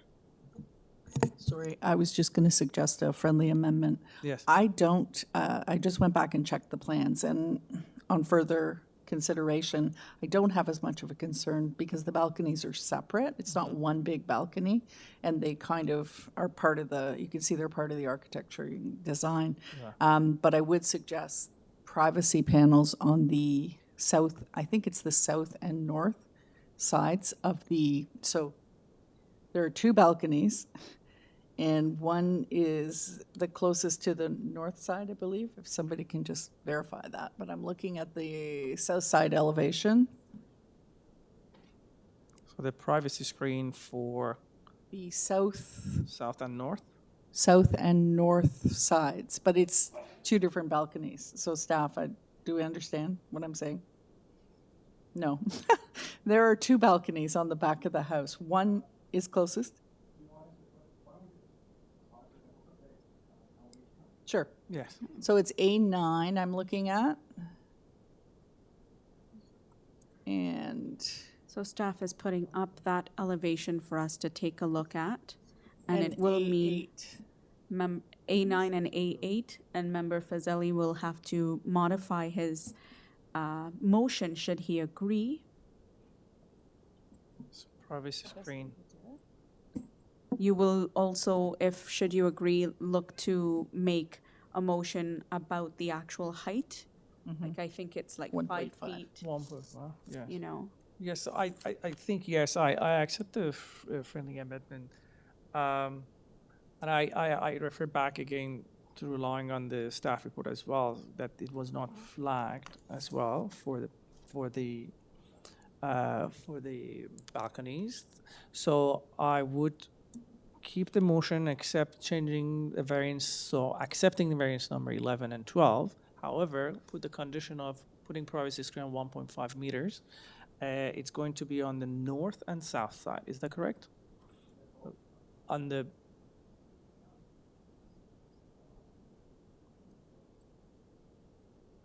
Yes, is that, yes? Yes, on the outside, on the Yes, on the outside outside, yes. of the And I elevation, don't correct. think, is there any other conditions? I want to double check.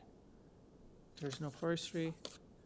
And yes, that is the motion. Okay, so a modified motion, again, from Member Fazeli to approve this application, removing variance number 10 at the request of the agent and refusing variance number 7 and modifying variance number 11 and 12 to ensure that there are privacy panels put of 1.5 meters in length on the outer sides of those specific balconies, both of those balconies, just on the outer side. Does that?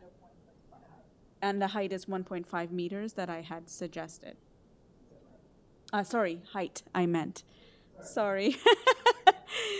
Thank you so much, Deputy Lamb, for being here today. It really helps us. Okay, so with that, can I get a seconder for this motion? Seconded by Member Casson. All those in favor? Okay, 2 in favor. All those opposed? And 2 opposed. And so I break the tie and I go with the motion. So this application has been approved with those conditions. Thank you. And with that, let's take a break, everyone. How much time is needed? I'll ask my members. 10 minutes, 15 minutes? 10 minutes. We'll be back in 10. Thank you.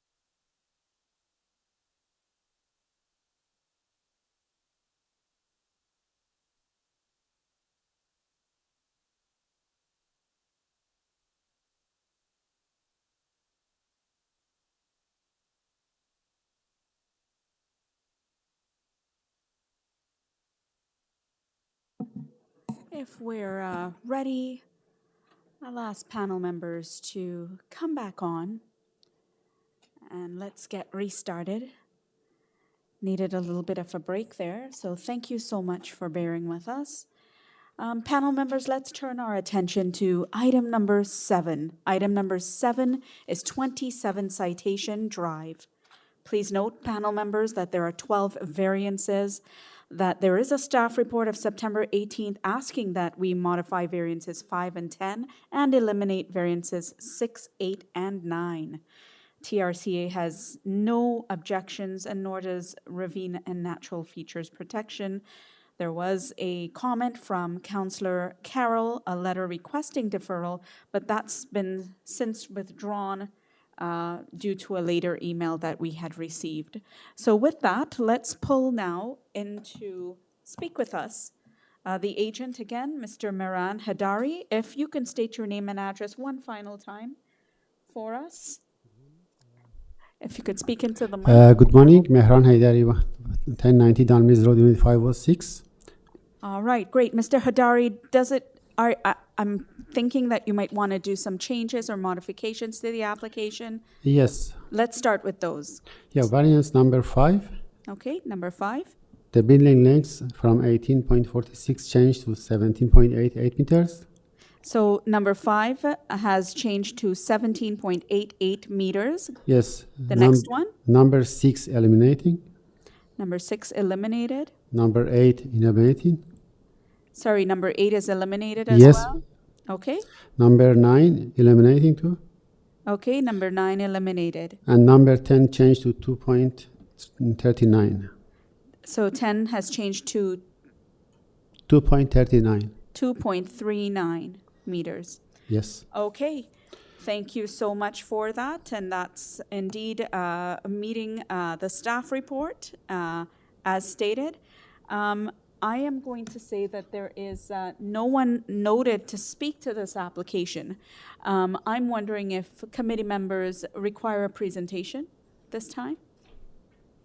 Okay, there are no requirements for a presentation, but if there is anything that you'd like to say to committee members, we can take this into committee to make a decision. No, thank you so much. That's it? Okay, so committee members, you've heard the modifications made to date. I won't repeat it because I just did that before. And that does meet the staff report. No one here to speak to this application and no other conditions on there. Can I get a motion or if there's any discussion? Just a quick reminder, Madam Chair and panel members, there are ravine conditions should you choose to approve this application. Sorry, can you repeat that? If you choose to approve this application, there are ravine conditions. Ravine and natural features protection. Sorry about that, that there were conditions noted. Okay, thank you. So I see Member Maziari had his hand up. Go ahead. Thank you, Madam Chair. I have the same issue with the floor plan since the front porch height is again a variance here. I don't have major concern with it. They're just requesting a foot height, extra height. But again, I want the applicant for next application, please include all the floor plans. So I'm ready to make a motion to approve this application as amended. Do I need to read out all the changes? I think city planning staff captured Yeah, as them. per city planning recommendation, and also subject to a ravine condition. Okay, so motion from Member Maziari to approve this application as amended and stated by the applicant here today with ravine and natural features protection. Can I get a seconder for that? Yes. I Seconded second that. by Member Fazeli. All those in favor? Okay, your application has been unanimously approved. Thank you with so those much. conditions. Thank you. Thank you, and sorry for the covering this problem. For next time, we will uncover for you. Thank you. Okay, we'll look at that for the next time. And thank you for considering that. Okay, so let's move on, panel members, to item number 8. And item number 8 is 321 LAIRD Drive. Please note, panel members, that there are folks here to speak to this application. Please note that there is Metrolinx advisory comments. There's also opposition from the Leaside Residents Association. There's another letter of opposition, and there's also a legal letter that was sent representing several residents in the area in opposition to this application. So this application has been previously heard and refused by several panel members who are sitting with us here today, but was prior approved in 2022. And let's get Mr. Benjamin Safarian.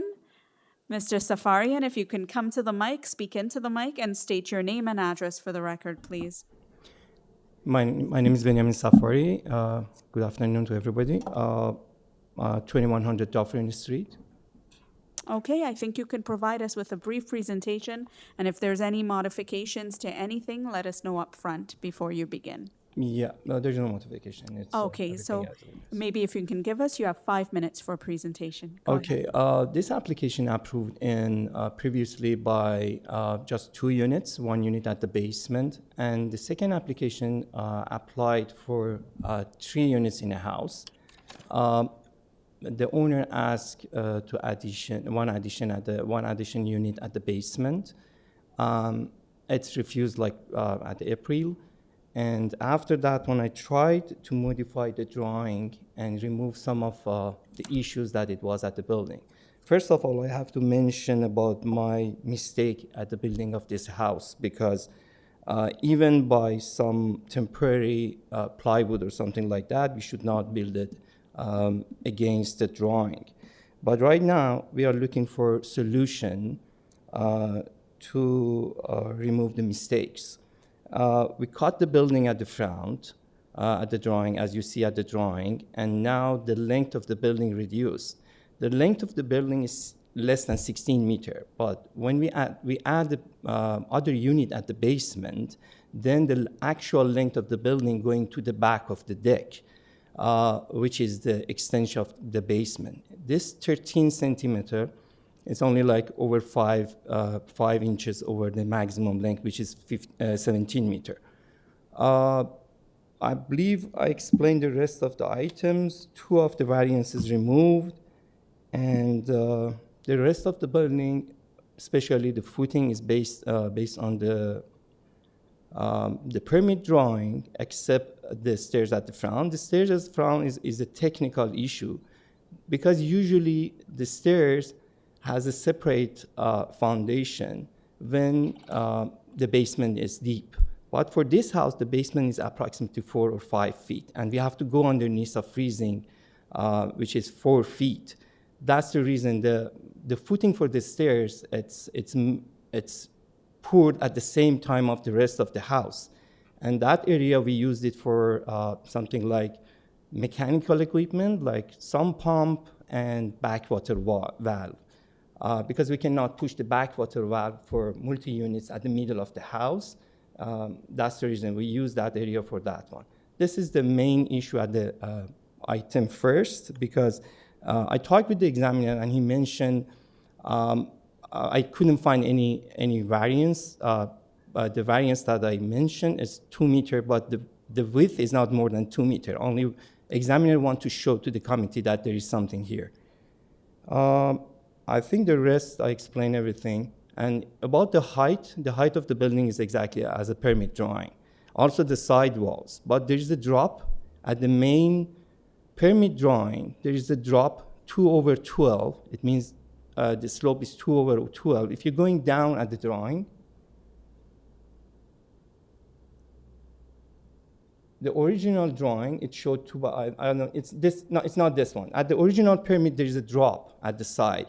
To drop the side wall to 7.5 meters, it means it's partial of the roof coming at the side walls.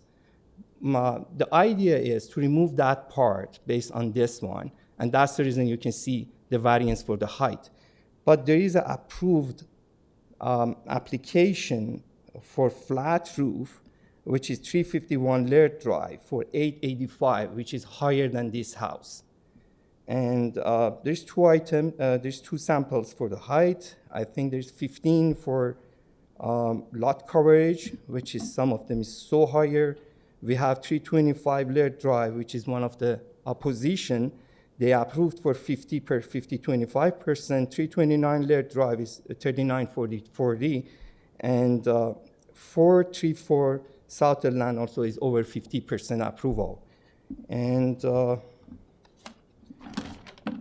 the other one is about the length, which is, I believe, is so minor because we have 17 approved building with the over even 20 meter, 22 meter, 19, 18, 19. A lot of samples at the area that I provided in my correspondence. Okay, thank you for that. Members, do you have any questions of the agent today? Madam Chair, I have one question. The 0.3 increase in building length, are you saying that that is accounting for the almost 5% increase in coverage? It doesn't make sense to me. Yeah, the coverage came up because the main drawing, there's no lot coverage. But when we exceed the living area to the back of the deck underneath, then the examiner calculated the lot coverage by the basement instead of main floor. It means actually there's no lot coverage, or maybe like 0.5% more for the actual building, because the actual building in the past, in the main application, it was no lot coverage for building. So that wouldn't change the building length? Is that what you're saying? Because when you have a basement, excavated basement, that would change the building length as well. Yes, it's changed. So my colleague is asking, by increasing by 0.13, how come the building coverage is increased by 4%? Okay, the building coverage in a main application, it was from main floor, because the living area, it was main floor, and the basement was exactly facing by the main floor. But when we add some extension underneath of the deck, which exists already, then the examiner calculated the building length from the face of the house to the end of the deck.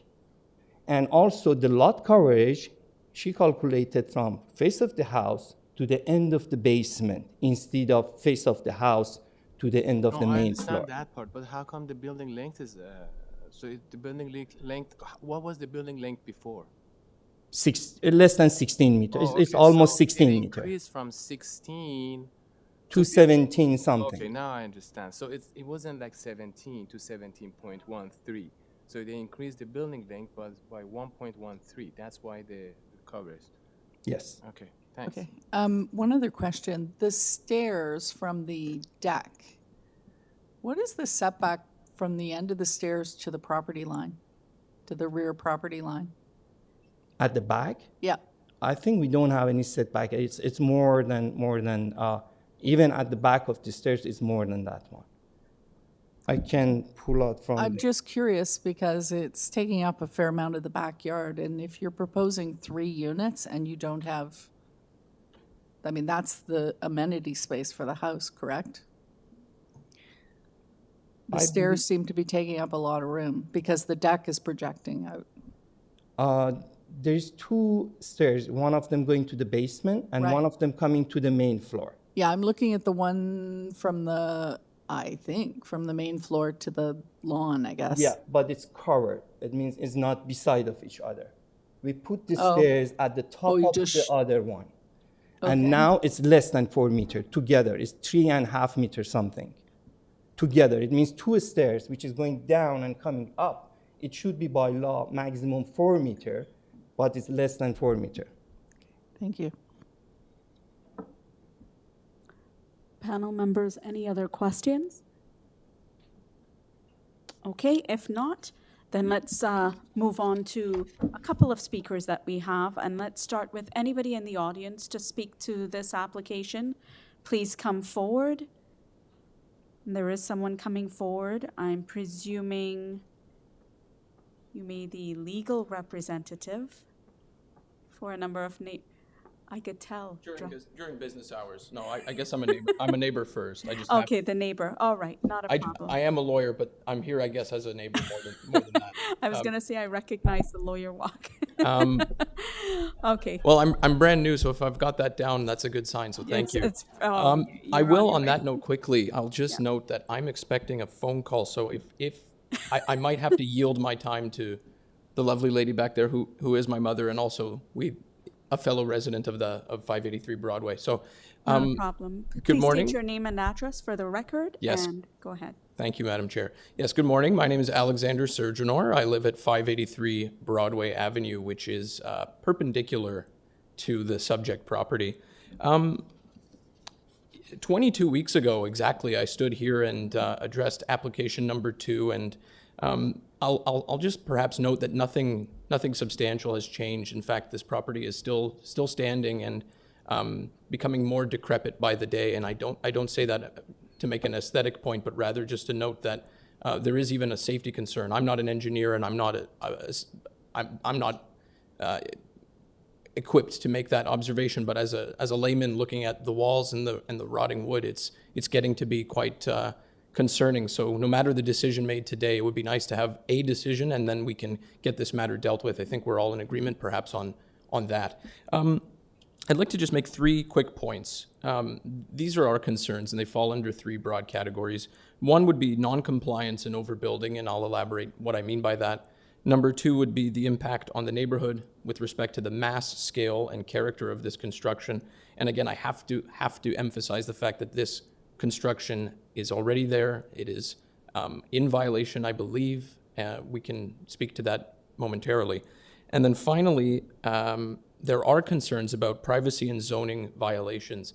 Our entire backyard is now entirely exposed, and I guess that can be mitigated a little bit by various alterations, privacy screens. I'm sensitive to that, and I can appreciate that. But fundamentally, this is a towering structure that was built very quickly without the adequate approval, and that's why I'm here today. I don't intend to take up very much time because, as I said at the outset, very little has changed, and so any comments made previously remain applicable and relevant today.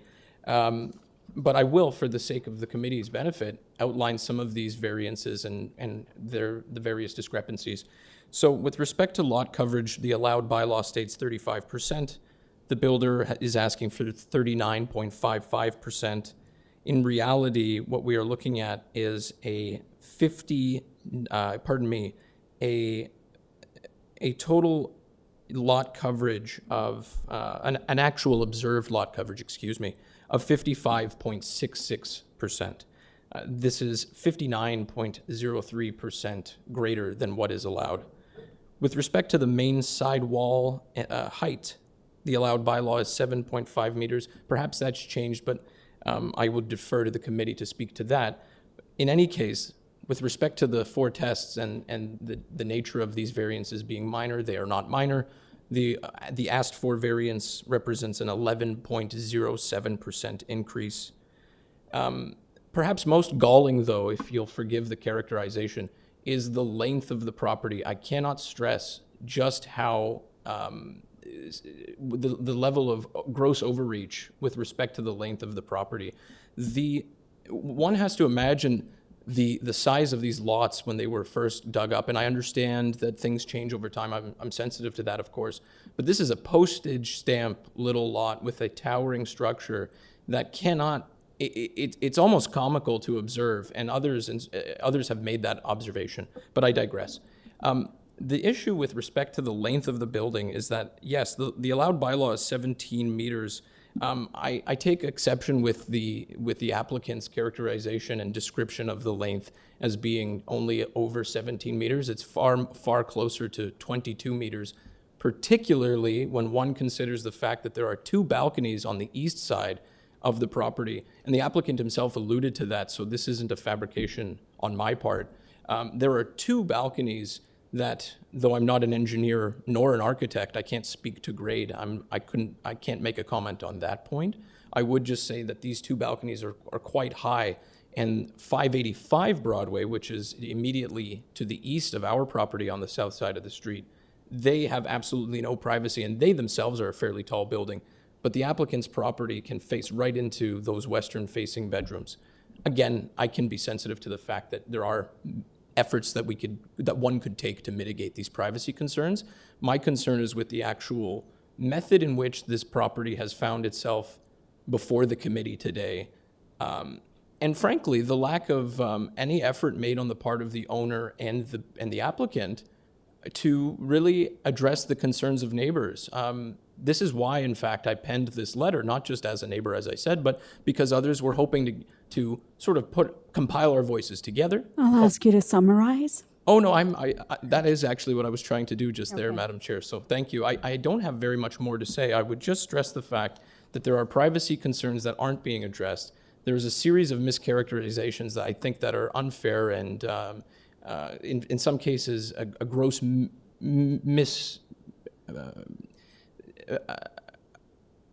underestimate of what exactly has unfolded here. And finally, to conclude, an effort being made consistently since day one to obfuscate exactly what is being sought and what exists.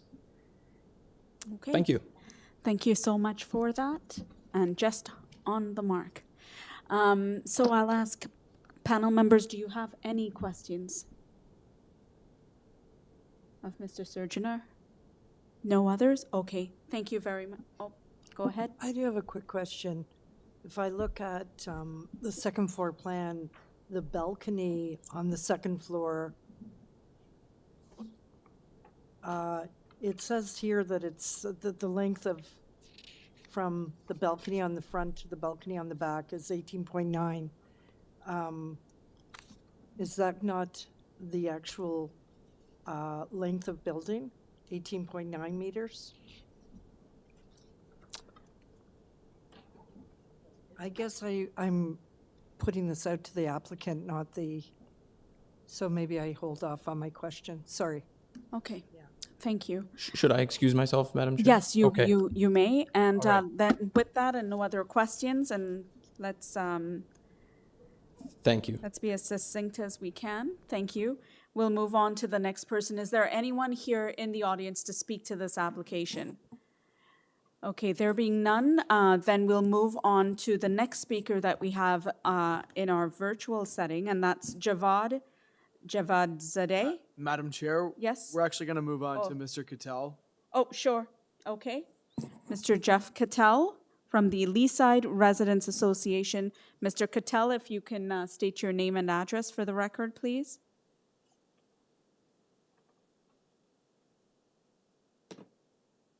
It's Jeff Cattell with the Leaside Residents Association, 1601 Bayview Avenue. I'm here to express a strong opposition. Am I being heard? Yes, you are. Thank you. To the requested variances with respect to this property. The proposal fails to follow the official plan requirements to preserve residential neighborhoods and the Leaside character preservation guidelines created jointly by the residents and the councillor and the city planning staff. It's important to understand the history of this application. It is most unusual. First of all, there was an application for 3 variances for a single family home, including height, building height, front entrance height, and FSI, floor space index, in February of 2024, and that was approved. The applicant then built a very different multifamily and much larger structure, much longer than requested in the first application, offending other zoning bylaw performance measures. In April of this year, the applicant sought relief for these additional variances and was refused by this panel with strong community opposition to the application. Now the applicant is returning to the committee for similar variances to those requested in April.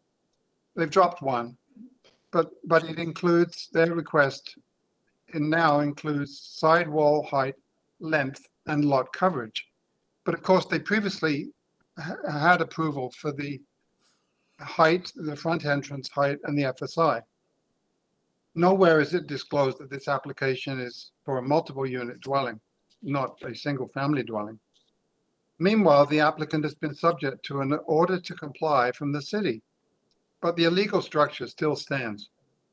The result is that the neighbors of this property, and nothing has changed. They are victimized by an illegally built, oversized, a hulking building. It sort of hulks over the street that does not fit the neighborhood. This application presents as being a standalone application. And indeed, on the AIC, it presents as a standalone application to approve 4 variances to renovate and overbuild an existing bungalow, when in reality, it presents 2 major issues. First of all, a request for approval of variances related to building elements that have already been constructed. You're supposed to ask for approval before you build. Thus, the application amounts to a request for forgiveness for illegal construction. And secondly, the 4 variances now applied for are in addition to 3 variances previously approved. Thus, the current variance application cannot be considered alone. In our opinion, the committee needs to consider the cumulative impact of both the earlier approved variances and the current application. Together, the 7 variances result in a building that is excessive in height, size, density, and has severe negative impacts on its neighbors, as described by Mr. Surgeon. As I say, this is a very unusual application and not something that is it's a model in the very worst way for the neighborhood. The context of this application is a street of 1- and 2-story brick homes. Some original, some are top bungalows, and some are new construction. The dwellings are of a variety of age and construction, but the appearance of the street is relatively uniform and in character with the neighborhood. The new construction at 321 presents a massive 3-story monster home that visibly monopolizes the frontscape, and indeed the lot as a whole. The lot is a very shallow lot. Leaside holds an important place in the history of planning in this country. It's one of the 3 model new towns. Preservation of the elements which characterize the streetscape, not just the road network, is essential to maintaining its historic value. The house that well exceeds the maximum permitted building height is too large for the site, is out of context with the adjacent homes, and sets a precedent of eroding the historic Garden City character of Leaside. In our opinion, the application is not minor, excessive building height and excessive FSI, not desirable for the appropriate development of the land. The variances do not maintain the general intent and purpose of the zoning bylaw and do not maintain the general intent and purpose of the official plan. And it fails to respect the character preservation guidelines. As such, we would request that the application for variances which would represent forgiveness of construction done illegally be refused. Thank you. Okay, thank you so much for that. Members, do you have any questions of Mr. Cattell? There being none, then let's move on to the next person online, and I'm thinking... Madam Mr. Chair, Platt? yeah, staff have tried to reach out to Mr. Robert Jackson. He was unavailable. Okay, so not Robert Jackson, and I noted that the first person I'd called, Mr. Javed Zadeh, is actually the owner, so he's already being represented by the agent who originally spoke. So there being no other persons, I feel it's safe for us to move back on to welcome Mr. Benjamin Safarian to talk to the points that were made here today by Mr. Cattell and Mr. Surgener. At first, I have to mention they use some words like hulking, but this house is only 30 centimeters, 1 feet higher than regular houses. If you check the photos that even we provided in online, if you check at the front of the house, you cannot at the other one. Even at the front of house, it's not that much differences if you check that one. And previously we applied for the something extension at the front because the house at the neighbor, it had dormer. But now we cut it off at the drawing. That's the reason the building length is reduced by 1 meter something. And the other one, this is about the height. The height by multi-unit, it can be even 10 meter, but the owner didn't want to have a more issue with the neighbors. He talked with the neighbors, we talked to the neighbors, and they had only, at the two sides of the house, only they had some concerns about the balcony at the back, and we promised that we're gonna put some screen at the both sides, at the north and south by 1.5 meter or over. I believe the architect forgot to mention this one at the drawing. And we have also about, regarding the roof, as I mentioned, there's flat roof by 885 meter, which is 4 centimeter higher than this house, exactly at the LAIRD, like 10 house after. And the privacy I talked already. They mentioned about single family. The basement, it was at the original drawing was separate basement. It means the house was 2 unit. And now the owner asking for only 3 unit, not 4 unit. Even he can apply for the 4 unit. I think they mentioned about previous variances because the previous variance is not applicable anymore. The size of the house is exactly the same. There's no change at the height or something like that. There's only change at the basement and small changes at the sides. I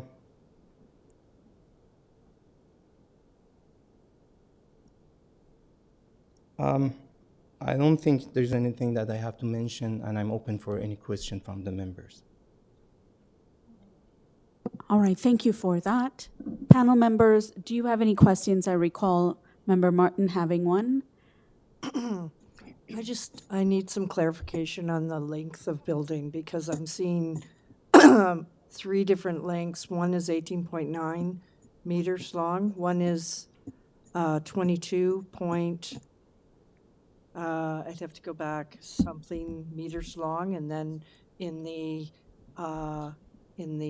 public notice, it's noted as 17.13. So can you please clarify where the 17.13, what that encompasses?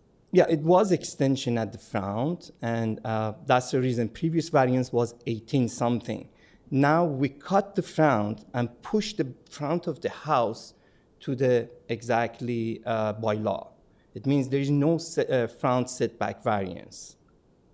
But that's the reason. Now from the front of the house to the back of the basement, which is to the back of the deck, main deck at the main floor, it's 17 meter and 13 centimeter, which is this one.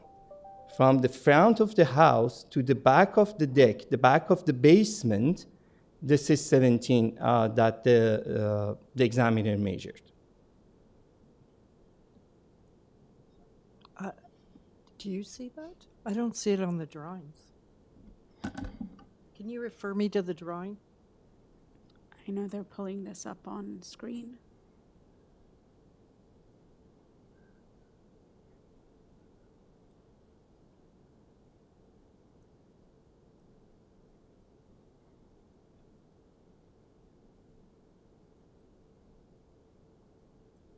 Doesn't show it. Yeah, they didn't mention it exactly but there is numbers that we have to add it together. That's the reason.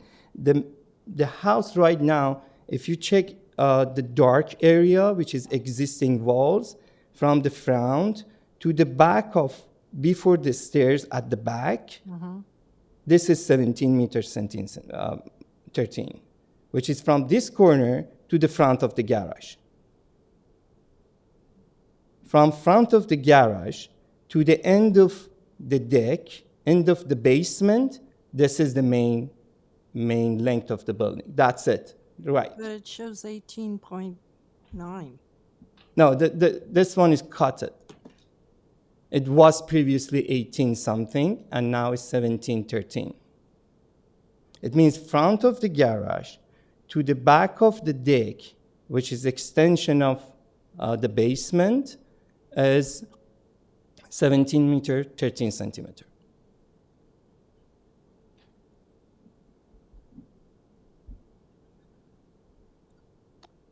Does that help? Do you see it? No, This I is don't the see this that. is the length that they mentioned. The blue one is 17 something. It's kind of really hard. But it's not It's shown it's on. not mentioned exactly at the It's not drawing. mentioned, that's why. It's some numbers at the top. We have to add it together. Okay. 11 meter plus 364 plus 183. That's Okay. all Member Fazeli with another question? at the top. 15.8, 16, 17. Okay, thanks, Madam Chair. Through you, I have a question for you. The application was refused in April 25th, correct?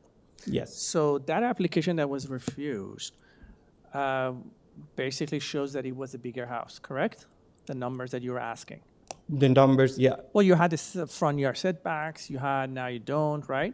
And the proposed building length that you had asked on that application was 18.64 meters, correct? Yes. Good. So with that, I see with the previous application that was refused, the proposed lot coverage was 39.3%. Yes.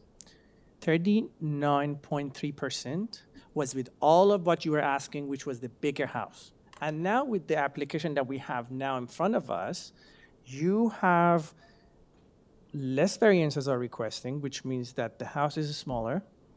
And the building length that you are asking is 17.13 meters. Yeah.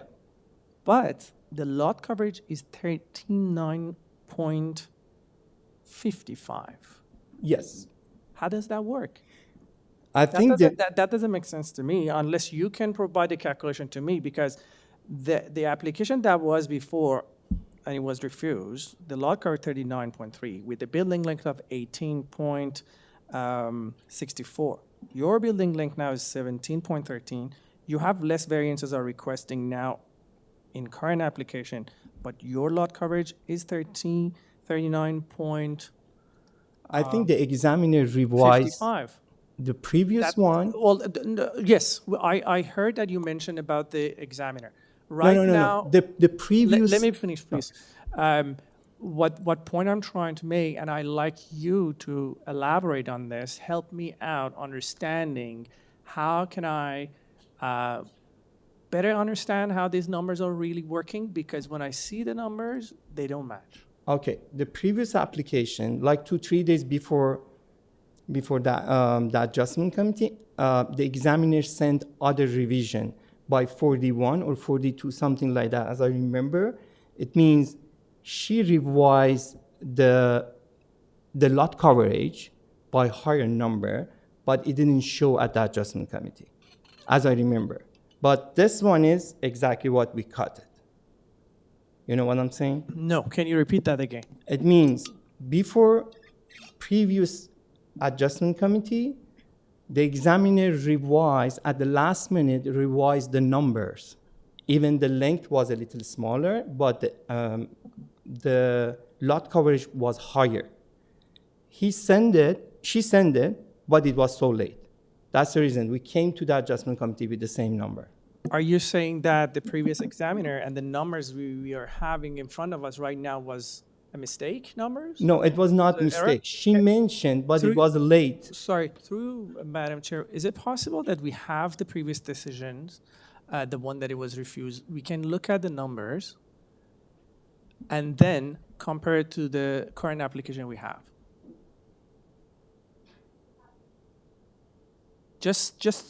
I just want to make sure you are understanding what I'm referring to. I get exactly what you say, because I had the conversation about that one, even about the member of the committee, the technician, and she said, okay, it's so late to apply because one of the numbers is higher.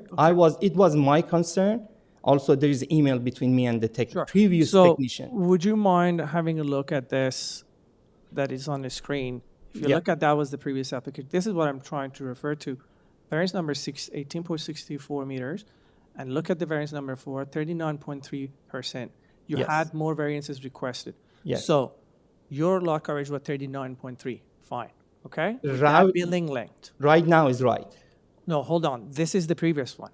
Yeah. right? Yeah. And now I'm hoping that we can guide you to look at the current application now, if we don't mind through you, Madam Chair, Yeah. if we can see the current application now with the Yep. percentage and the building length. We're gonna just put that up for comparison. We're just trying to compare this. And the building length is 17.13, okay? Okay. So it's less, way less, okay? And the lot coverage is 39.55, and this current application has less variances requested.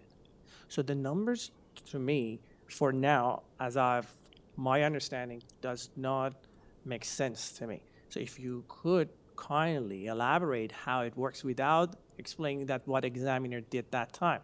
Because I understood my colleague mentioned that he asked you if the existing is 16 meters, so on, and we made sense out of it. They said, okay, yeah, that makes sense, 39.55. That's how we understood. I went ahead, I compared the first one with this one. Doesn't make sense. Okay, the point is the lot coverage right now, she's covering based on the basement to the back. But actually, at the previous combination, she has to calculate from the front of the house to the end of the basement. In the application previously that you see, that's the reason you can see exactly the same number. That part is missed at the calculation, but like 1 week, 3 days, whatever, before that one, we talked about that one. I provide some numbers about the cantilever, because the cantilever was smaller than her calculation. And then she figured out that the lot coverage is bigger, but the length is smaller. Then she revised the drawing.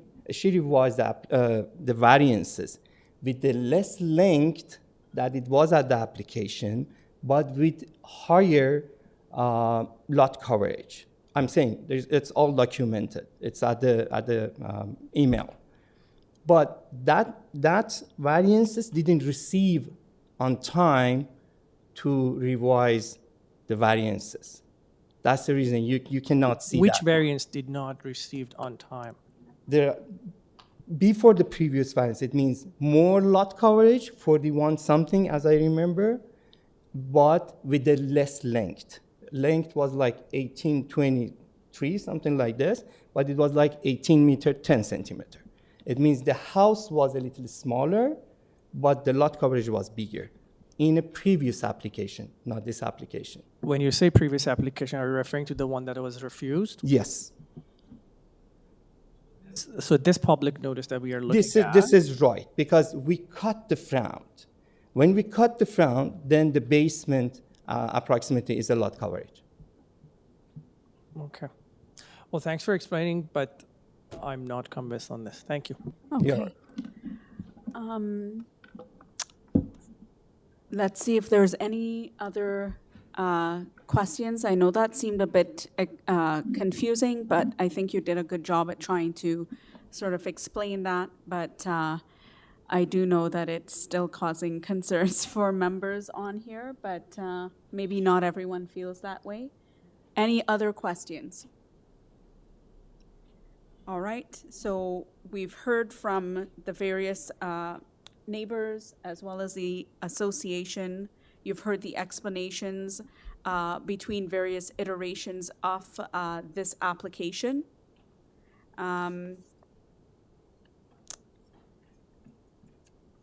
We do know that there's a number of different letters which we have gone through on file opposing.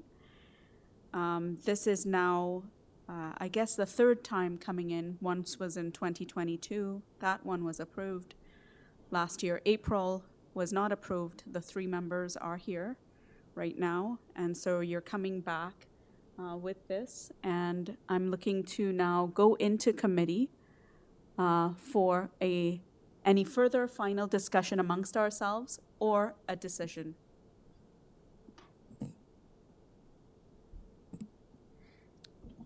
Member Cassin. Madam Chair, I'm willing to start off the conversation. I won't make a motion yet. I think that you know, the resulting variances that we're looking at today, and we can't deal with the variances that were already approved prior, but looking at these variances, these are the coverage and the building length are to facilitate multiple units within the house. And while the city permits multiple units within a house, it's still to maintain the character intended by the official plan and by the zoning. And I think that I am struggling with it. I think that we have the unique opportunity in this situation to see something built.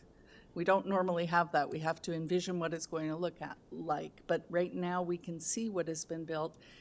And I think it doesn't fit in with the neighborhood at all. I don't think it's desirable for this lot. I think it's a very visible frontage with the flanking situation. It has a big impact on other neighbors as well. And I just don't think it's appropriate. And from my point of view, I'll hold off on a motion, but I'd like to hear what other people have to say.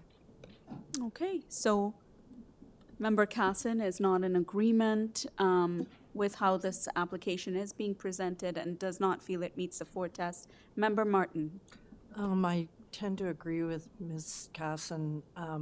I found the presentation confusing because the information that we received does not align with the variances that are being requested.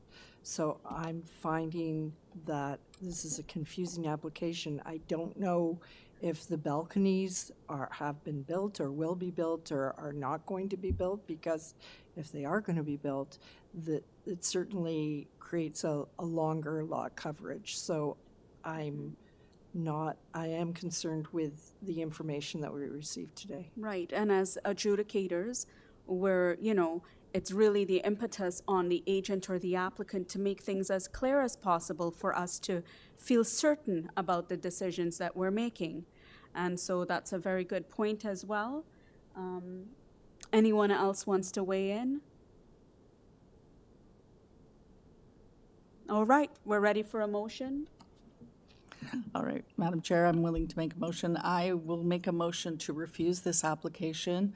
I don't think this application meets the 4 tests. It's not within the intent of the official plan or the zoning bylaw. And while minor variances can be considered, I think the impact of these variances that are being requested is significant on the neighborhood, and I don't think it's appropriate. So for those reasons, I'm recommending refusal.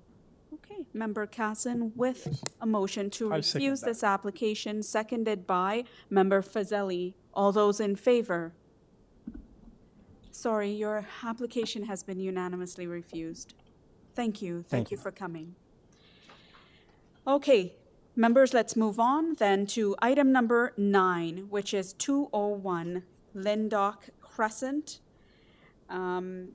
This item, we're moving in here, is to convert the existing single attached garage into storage and livable space, and to propose using the existing driveway to replace the lost parking space. Members, there's just one variance on here, and I see that there is no one else to speak to this application.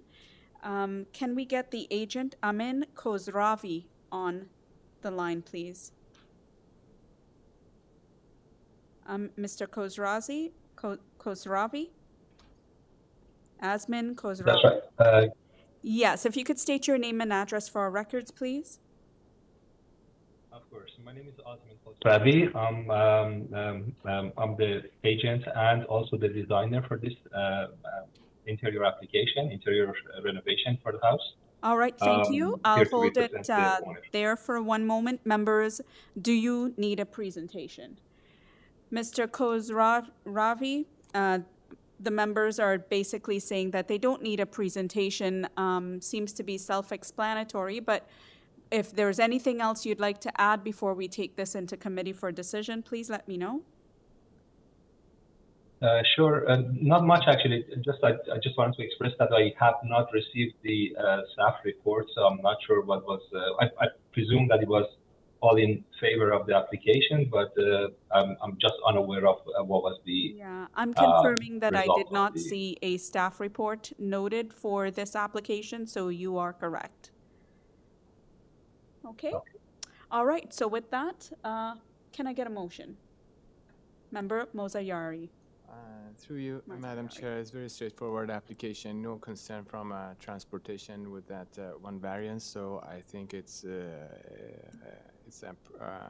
supportable application. So approved. Motion to approve with no condition. Motion to approve by Member Marzayari, seconded by Member Fazeli. All those in favor? And your application has been unanimously approved. Thank you so much, sir. Panel members, moving on to item number 10.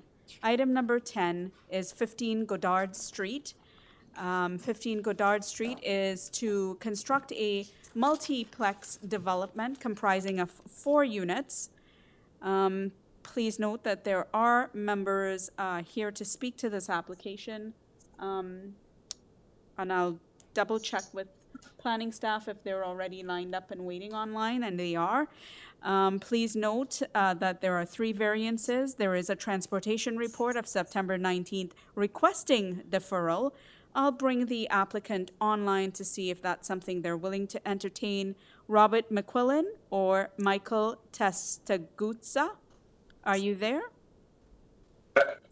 Yes, good afternoon, Madam Chair and members of committee. At this time, we do not support the deferral and we'd like to speak to the variances as submitted, please. Oh, sorry. Are you the agent? Who's the agent on this? So you don't, sorry, Yes, you don't that's support correct. the deferral. You want to go through with it.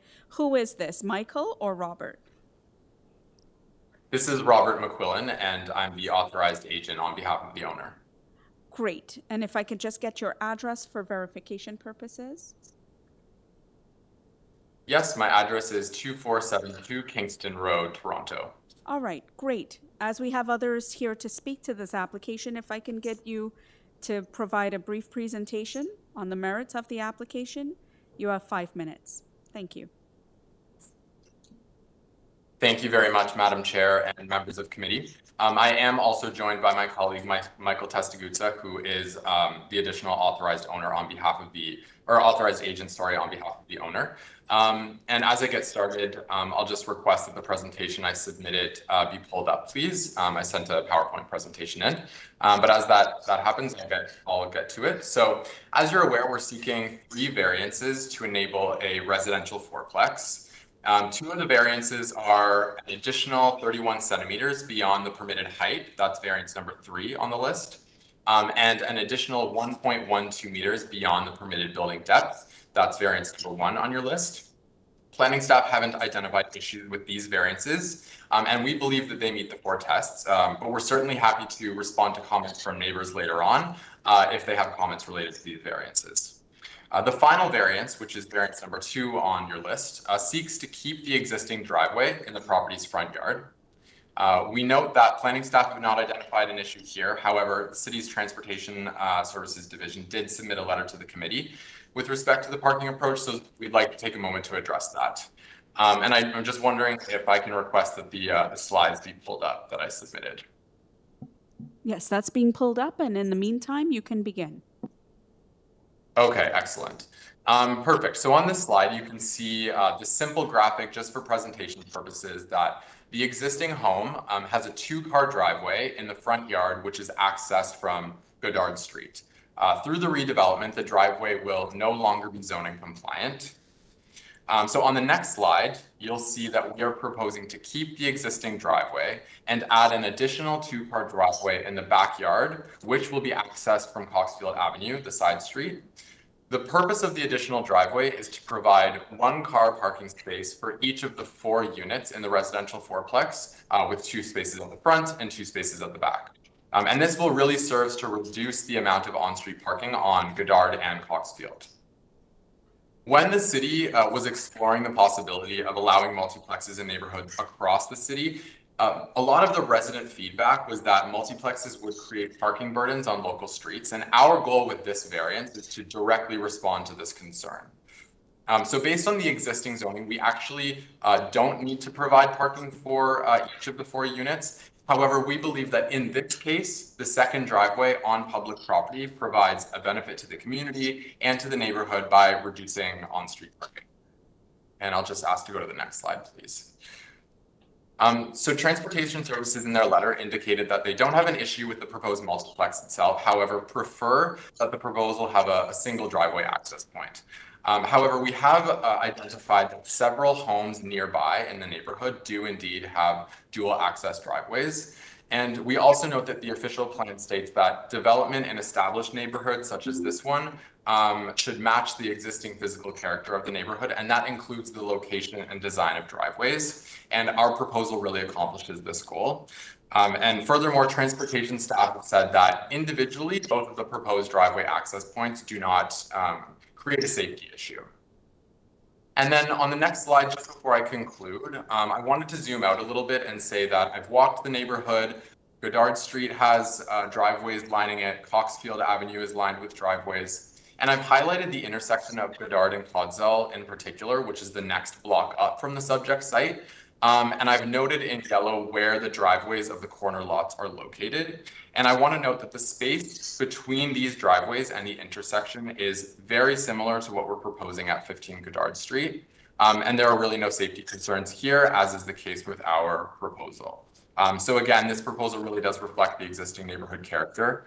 And to conclude, we don't believe that this is a safety concern. We believe that a parking spot per unit in this location is ultimately good practice. And that's what this variance supports. So I'll wrap it up there and happy to answer any questions from the committee or neighbors when it comes time. Great, thank you for that. Committee members, do we have any questions of Mr. McQuillan today? Okay, there being none at this time, let's move on to the next speaker. I've got an Edward Shapiro. Mr. Shapiro, if you're there, if you can state your name and address for the record, please.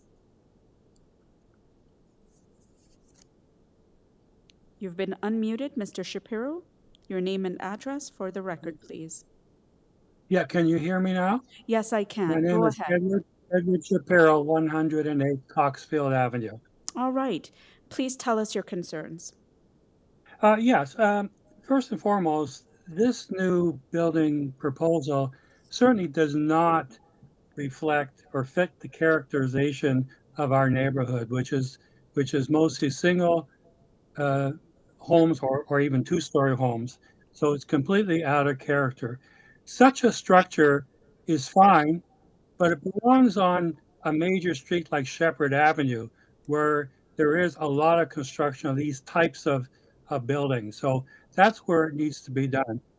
In terms of the driveway applications, just because other homes in the area were allowed either by error or by not thinking properly, doesn't mean we have to perpetuate this particular error or variance.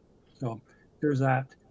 The other thing maybe is not an official complaint, but it's more of a presentation.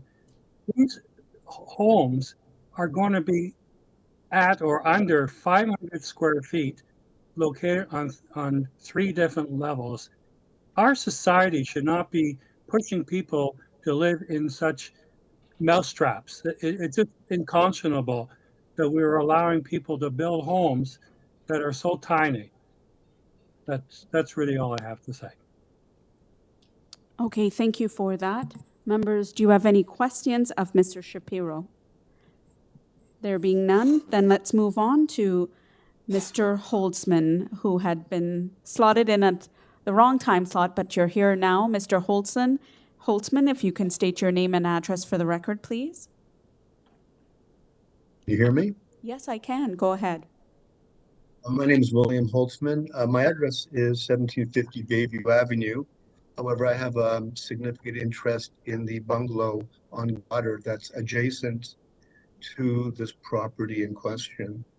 The first speaker expressed what I was going to say. This does not fit in this area. 4 townhouses where there's one single unit. It just doesn't fit. I'm not sure if the structure itself exceeds any of the bylaw restrictions, but it's just changing this particular section of Toronto. I agree, such a building can belong on a main street, but this is a suburb. And all of a sudden, 4 units, 4 parking lots, it just doesn't make sense, except I'm sure it makes sense for the builder and the seller, but not for the neighbors. That's my main concern. It just doesn't fit. And it's going to cause, I don't know if it's setting a trend, so the whole neighborhood is going to look different in the future, but the neighborhood is well established, and it is single unit homes, 1-story or 2-story. This is going to go 3 stories, and it's not really conducive to that neighborhood. So I don't have any questions. I just hopefully stuff like this isn't allowed. It's just what's going on. I suppose intensification is a buzzword, but sometimes it doesn't make sense.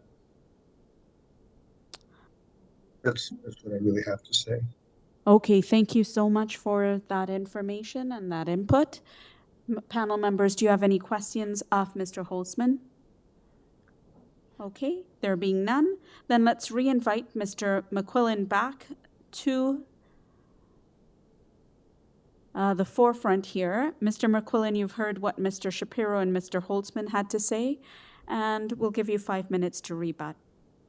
Go ahead. Thank you, Madam Chair. And I'd like to start by thanking both gentlemen for their comments today. I'd like to first say that we're proposing a residential fourplex, which is a permitted building typology in the existing zoning bylaw. There are no variances sought for building typology here.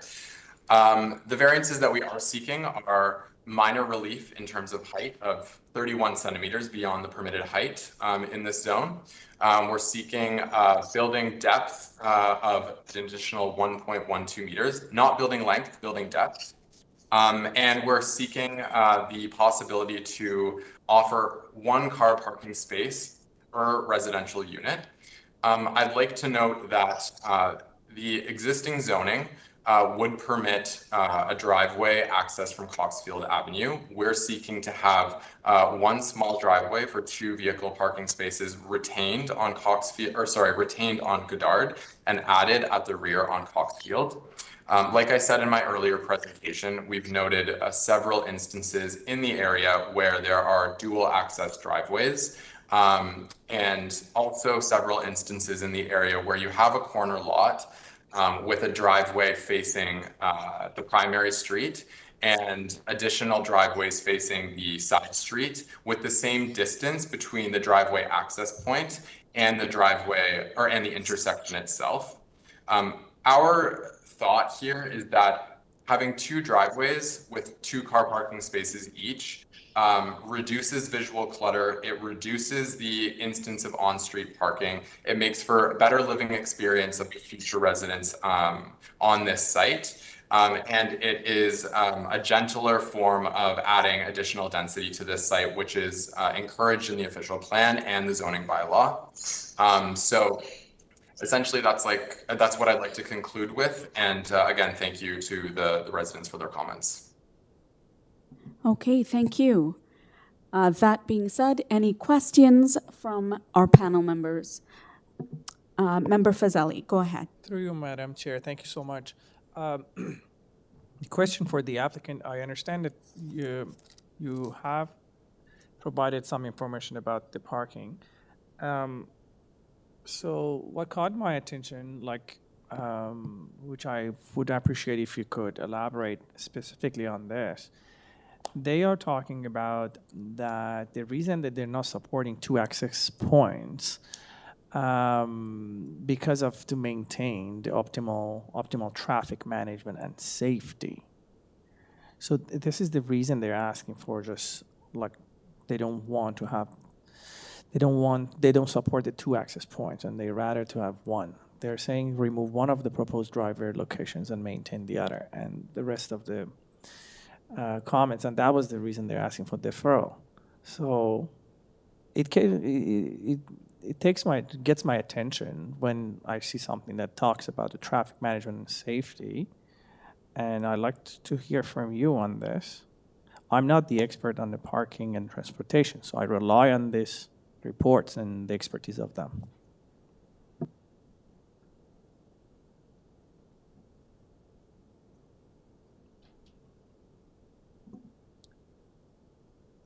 Mr. McQuillan, do you have any other comments or around that? Yes, thank you. Sorry, I was just having trouble unmuting. Oh, okay. Thank you for the question. So COCKSFIELD Avenue and Goddard Street are both local streets, and there aren't any policy directives in the zoning bylaw that restrict the number of access points from a transportation perspective on local streets. So in terms of transportation's comments related to restricting one driveway access per property, our understanding of the zoning is that the general intention is to keep uniformity on a streetscape. But because we have two frontages, we have a frontage on Goddard Street and a frontage on COCKSFIELD Avenue, both with driveways lining each frontage for neighboring properties. We're not straying from the intent of the zoning bylaw in that way. We're introducing a parking situation that's consistent with what already exists. And there's no issue from a safety perspective with that regard. So we appreciate the comments from transportation. However, we don't share the opinion that there should be one access in this particular case. And Michael Testaguza, also from the Big LAIRD group. I'm just sitting beside Robbie and also with the same planning firm representing the owner. If you read those transportation comments very carefully, you should note that they do say that each individual access is not a safety concern. Their problem is that they don't want two access points simply from a principled perspective that they don't think one property should have two. But in this instance, when you're on a local street with multiple access points on both local streets, there really shouldn't be an issue in that regard. It's in keeping with the neighborhood context. And again, there's no safety concern with either of those. And there's multiple access points and driveways on both of those streets. I think that's very important to know. Through you, Madam Chair, thanks for explaining your point of view. But I'm looking at the, Madam Chair, do we have it on screen? Let's see. Yes, the transportation. Yes, if we the can comment, also because the applicant referring to some wording on that. I'd like it to have it on. So before we talked about the conclusion, they're referring to the access points. And they believe that one access point will be supported to maintain optimal traffic management and safety. I understand your point of view is in the opposite, and it's not aligned with what they say. I understood that part. However, I like to understand your rationale. Why do you think the one? Why do you think the two? What is the reason? What is the rationale behind that it maintains that? I just like to hear that reasoning, that's all. So the question is related to why having two access points maintains traffic flow in the area. So by having two access points, we're having one car parking space per residential unit, reducing the number of car parking spaces on the both Goddard Street and COCKSFIELD Avenue. If we don't have two access points like the proposed here, then we will run into the instance where there's additional on-street parking, which in our opinion would have increased impacts on traffic flow in the area rather than providing one parking space per residential unit in private property, given the context that each of the streets that we're talking about here, both COCKSFIELD Avenue and Goddard, have driveways fronting onto them. we do not believe that there is an issue with traffic management or safety. If this were a case where COCKSFIELD Avenue, for example, didn't have any driveways fronting onto it on neighboring properties, we could understand that point of view for transportation services. However, Transportation Services is saying that they only want one access point from principle, based on that being, typically the approach in the zoning bylaw when you want to have a uniform streetscape. However, again, with two frontages, one on COCKSFIELD and one on Goddard, we're maintaining the same traffic flow situation that already exists because they both have driveways fronting onto each of these streets, and we're reducing the instance of on-street parking. And just to add, and looking at those comments, if you read them, they say, pick one of the two. They don't say that either of them are a safety issue. They're on two completely different streets. So they're both individually safe on their collective streets. They're both fine on their respective streets from a traffic safety, from a traffic flow perspective. And it's not an intersection spacing issue because they've not brought that up here. This is really a principled comment on staff's end to say they only support one driveway for this frontage. There's not, in my mind, in the review here, an actual safety concern actually identified in the comments.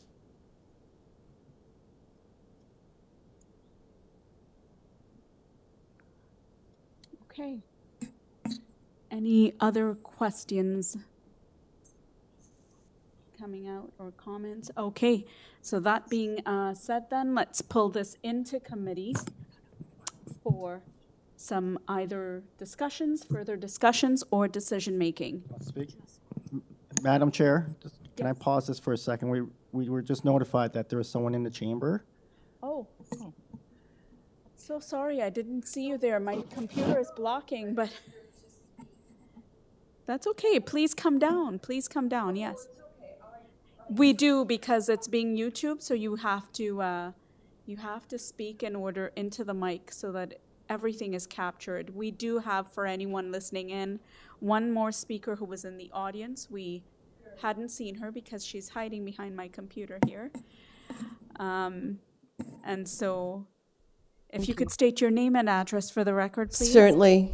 My name is Tina Zagrafos, 25 Goddard Street. Yes. The applicant house, I guess, is right across my house. I'm failing to understand how the second driveway off COCKSFIELD, which would really be facing my house, is going to ease parking on COCKSFIELD Avenue. No one is really addressing where their visitors are going to be parking. So I keep hearing that the two driveway access is going to alleviate on-street parking, but where these people are going to have visitors, where are they going to be parking? So right now I'm going to be faced with, my porch is facing this house, or the side of this house on COCKSFIELD. I'm going to be having a driveway right across my house now. And I mean, I think their driveway off Goddard should suffice. And the other thing is, down the road, I may put in an application because my lot is, if not the same size as this lot, probably maybe slightly bigger. So I'm really not opposing, but I don't really understand why there's a need for a second driveway. Okay. That's all I have to say. Right, thank you. Thank you so much. Panel members, do you have any questions of the speaker? No? There is a Yes. question. If you could come back. We do have Member Fazeli with a question. That's okay. No worries. Thank you. By any chance, do you know a similar situation with the two access and what we were referring to within your neighborhood? Yeah, the gentleman from the Big Larry group mentioned. So I'm looking at the corner of Goddard and Codsell, because an aunt of mine lives there. There's only one driveway off Goddard. I'm looking at the other corner, so the southwest corner of Goddard and COCKSFIELD. There's only one driveway. And then I'm looking at the other two corners, COCKSFIELD, the northeast and northwest corner, and there's, if I'm not mistaken, there's only one driveway access. Thank you. Okay, thank you. Is that it? Thank you. Right. And so if I could get the agent back on the line, Mr. McQuillan. Sorry about that. We hadn't seen the member in our audience who had wanted to ask these questions. If you can come on the line and address the concerns that she has raised. Certainly, and no problem. And thank you very much for the question. First, if we could go to the next slide, I believe. Yes, thank you. So I just want to point out that these are the examples in the area where we've noted dual driveway access points on a single property.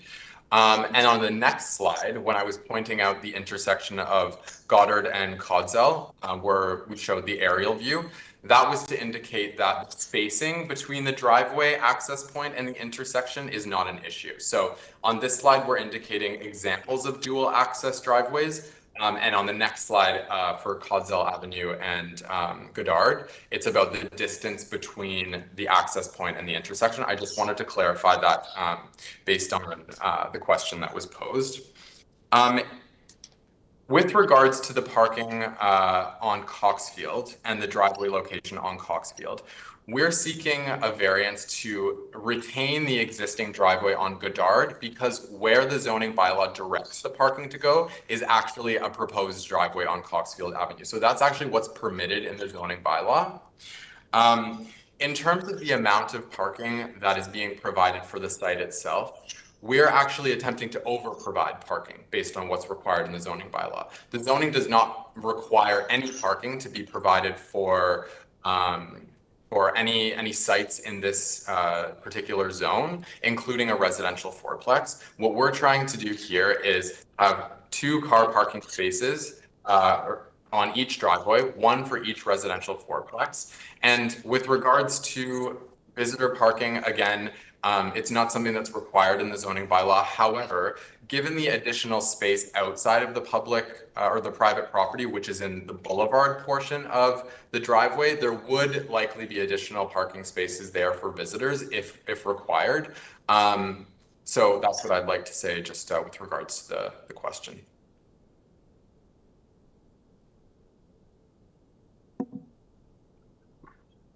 All right. There's a question from Member Martin. I just have a quick question. Are the the 2 cars on each driveway, are they side by side or are they back to front? Are they envisioned, was it designed to be which way? Like side by side parking or back to front? Because I'm looking at Sorry? Oh, sorry, I just lost you there for a moment, but I think I heard the question. So the answer is the parking was designed to be side by side in each driveway. Okay, thank you. So that being said, now let's pull it back into committee. There were no other questions. Is there any other discussion, or can I get a motion? Through you, Madam Chair, I just wanted to add a little bit to what the applicant said about the driveways. I think in this situation, the use is permitted, so that's a given. I think the applicant has tried to address potential concerns from residents about street parking by providing the 2 driveways to at least provide 1 spot per unit, even though they don't need to provide any, which I think is a good idea. I don't share the concerns of the traffic staff because whether the cars are in a driveway or on the street, they're going to create the same amount of flow within the neighborhood. And on-street parking can cause more of an issue than driveway parking, I would suggest.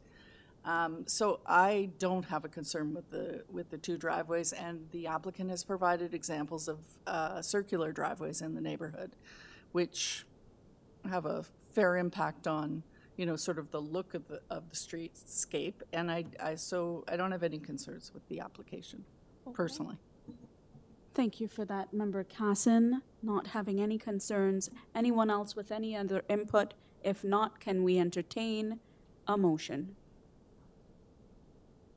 Sure, I'm seeing Member Martin. Are you wanting to do a motion? No? Sure, I can put forward a motion to approve this application. And I agree with Ms. Casson that I don't have any concerns with the side-by-side two parking driveways on the site. And I think the multiplex is tastefully done and is a transitional type of architecture within this neighborhood. Okay. Well, thank you so much, Member Martin, with a motion to approve this application as is, and seconded by Member Casson. All those in favor? And those opposed? Member Mazzariari and Member Fazeli is noted as opposing, and I will go with the motion to approve this application. Thank you so much. Your application has been approved. Thank you very much. You're welcome. Now moving along to item number 11. Item number 11 is 109 Randolph Road. 109 Randolph Road. Let's pull this up. Is a proposed replacement of the existing detached garage and a detached carport, and the construction of a shed in the backyard in conjunction with new landscaping. Panel members, I want you to know that there are 6 variances. There is a September 19th staff report asking for variance number 5 to be refused. So this is our last one before break, by the way. I'm excited. I just saw my notes saying end of lunch, end for lunch, and I need lunch. Okay, so let's move on.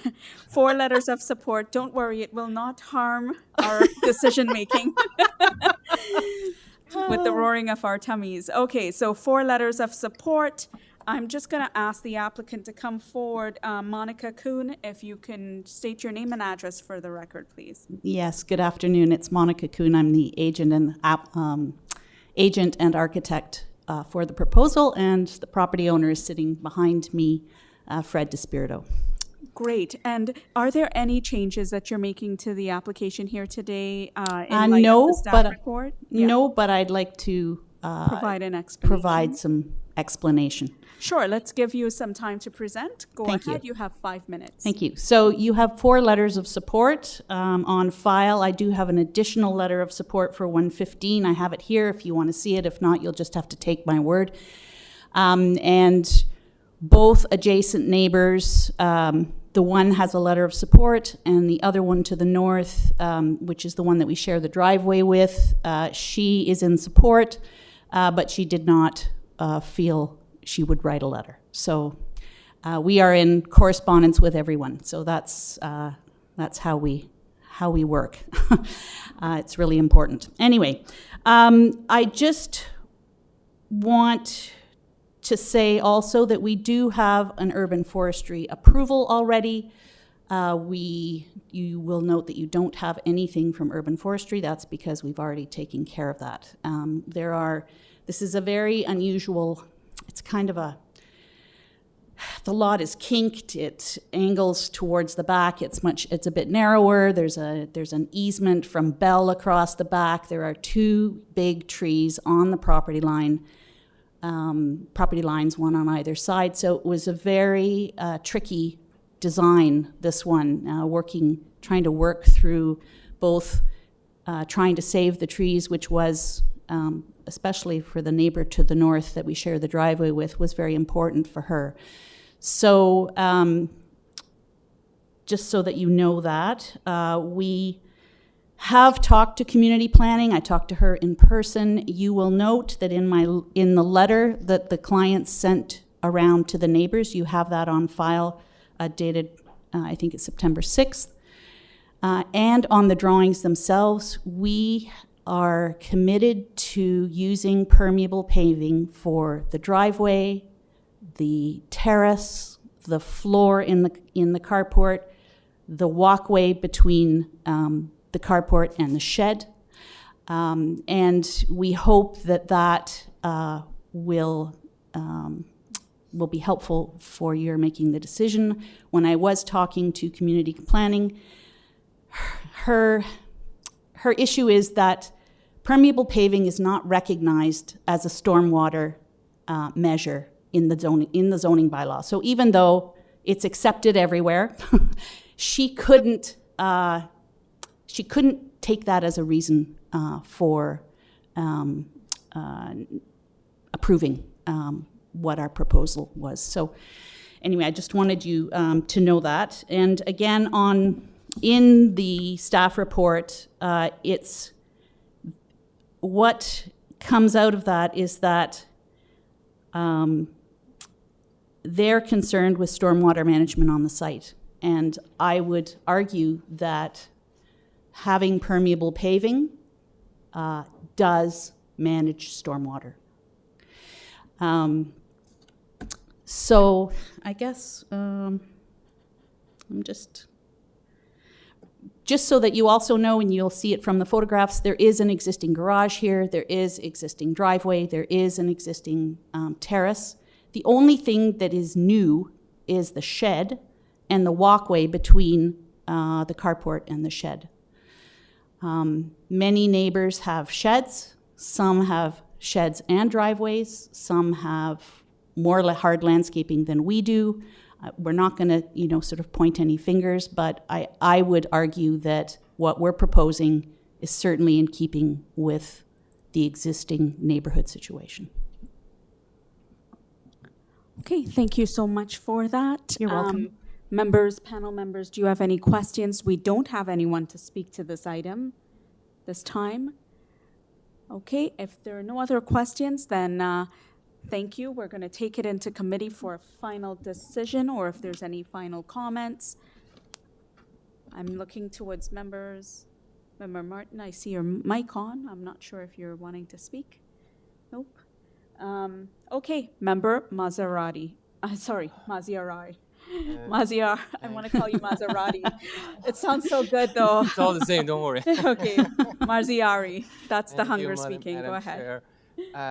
Initially, I had a concern with this, with the soft yard landscaping, but with the applicant willing to add permeable paver, I think it's a supportable application. It meets 4 tests, so I'm willing to make a motion to approve. I don't see any other comment from planning staff other than that, so with no condition. So with the condition to do permeable pavers for the hardscape portion of the rear yard. Okay, so a motion to approve this application from Member Marziari for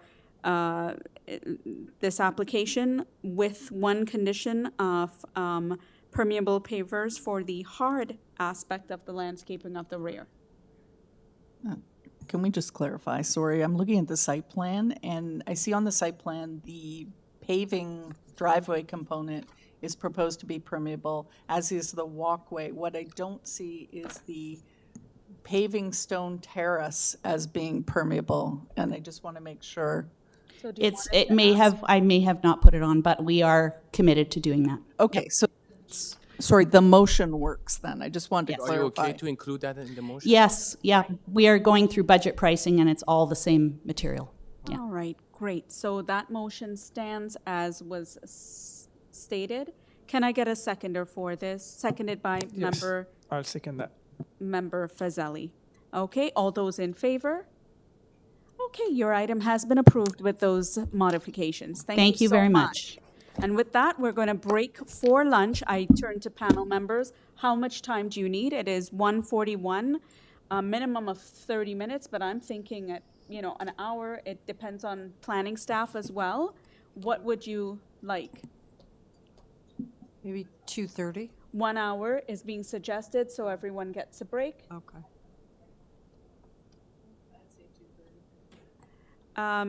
Others are saying 2:30. Can I just get hands up? Who wants 2:30? Who wants? Okay, so the majority says 2:30. We'll be back at 2:30. See you all then. Thank you.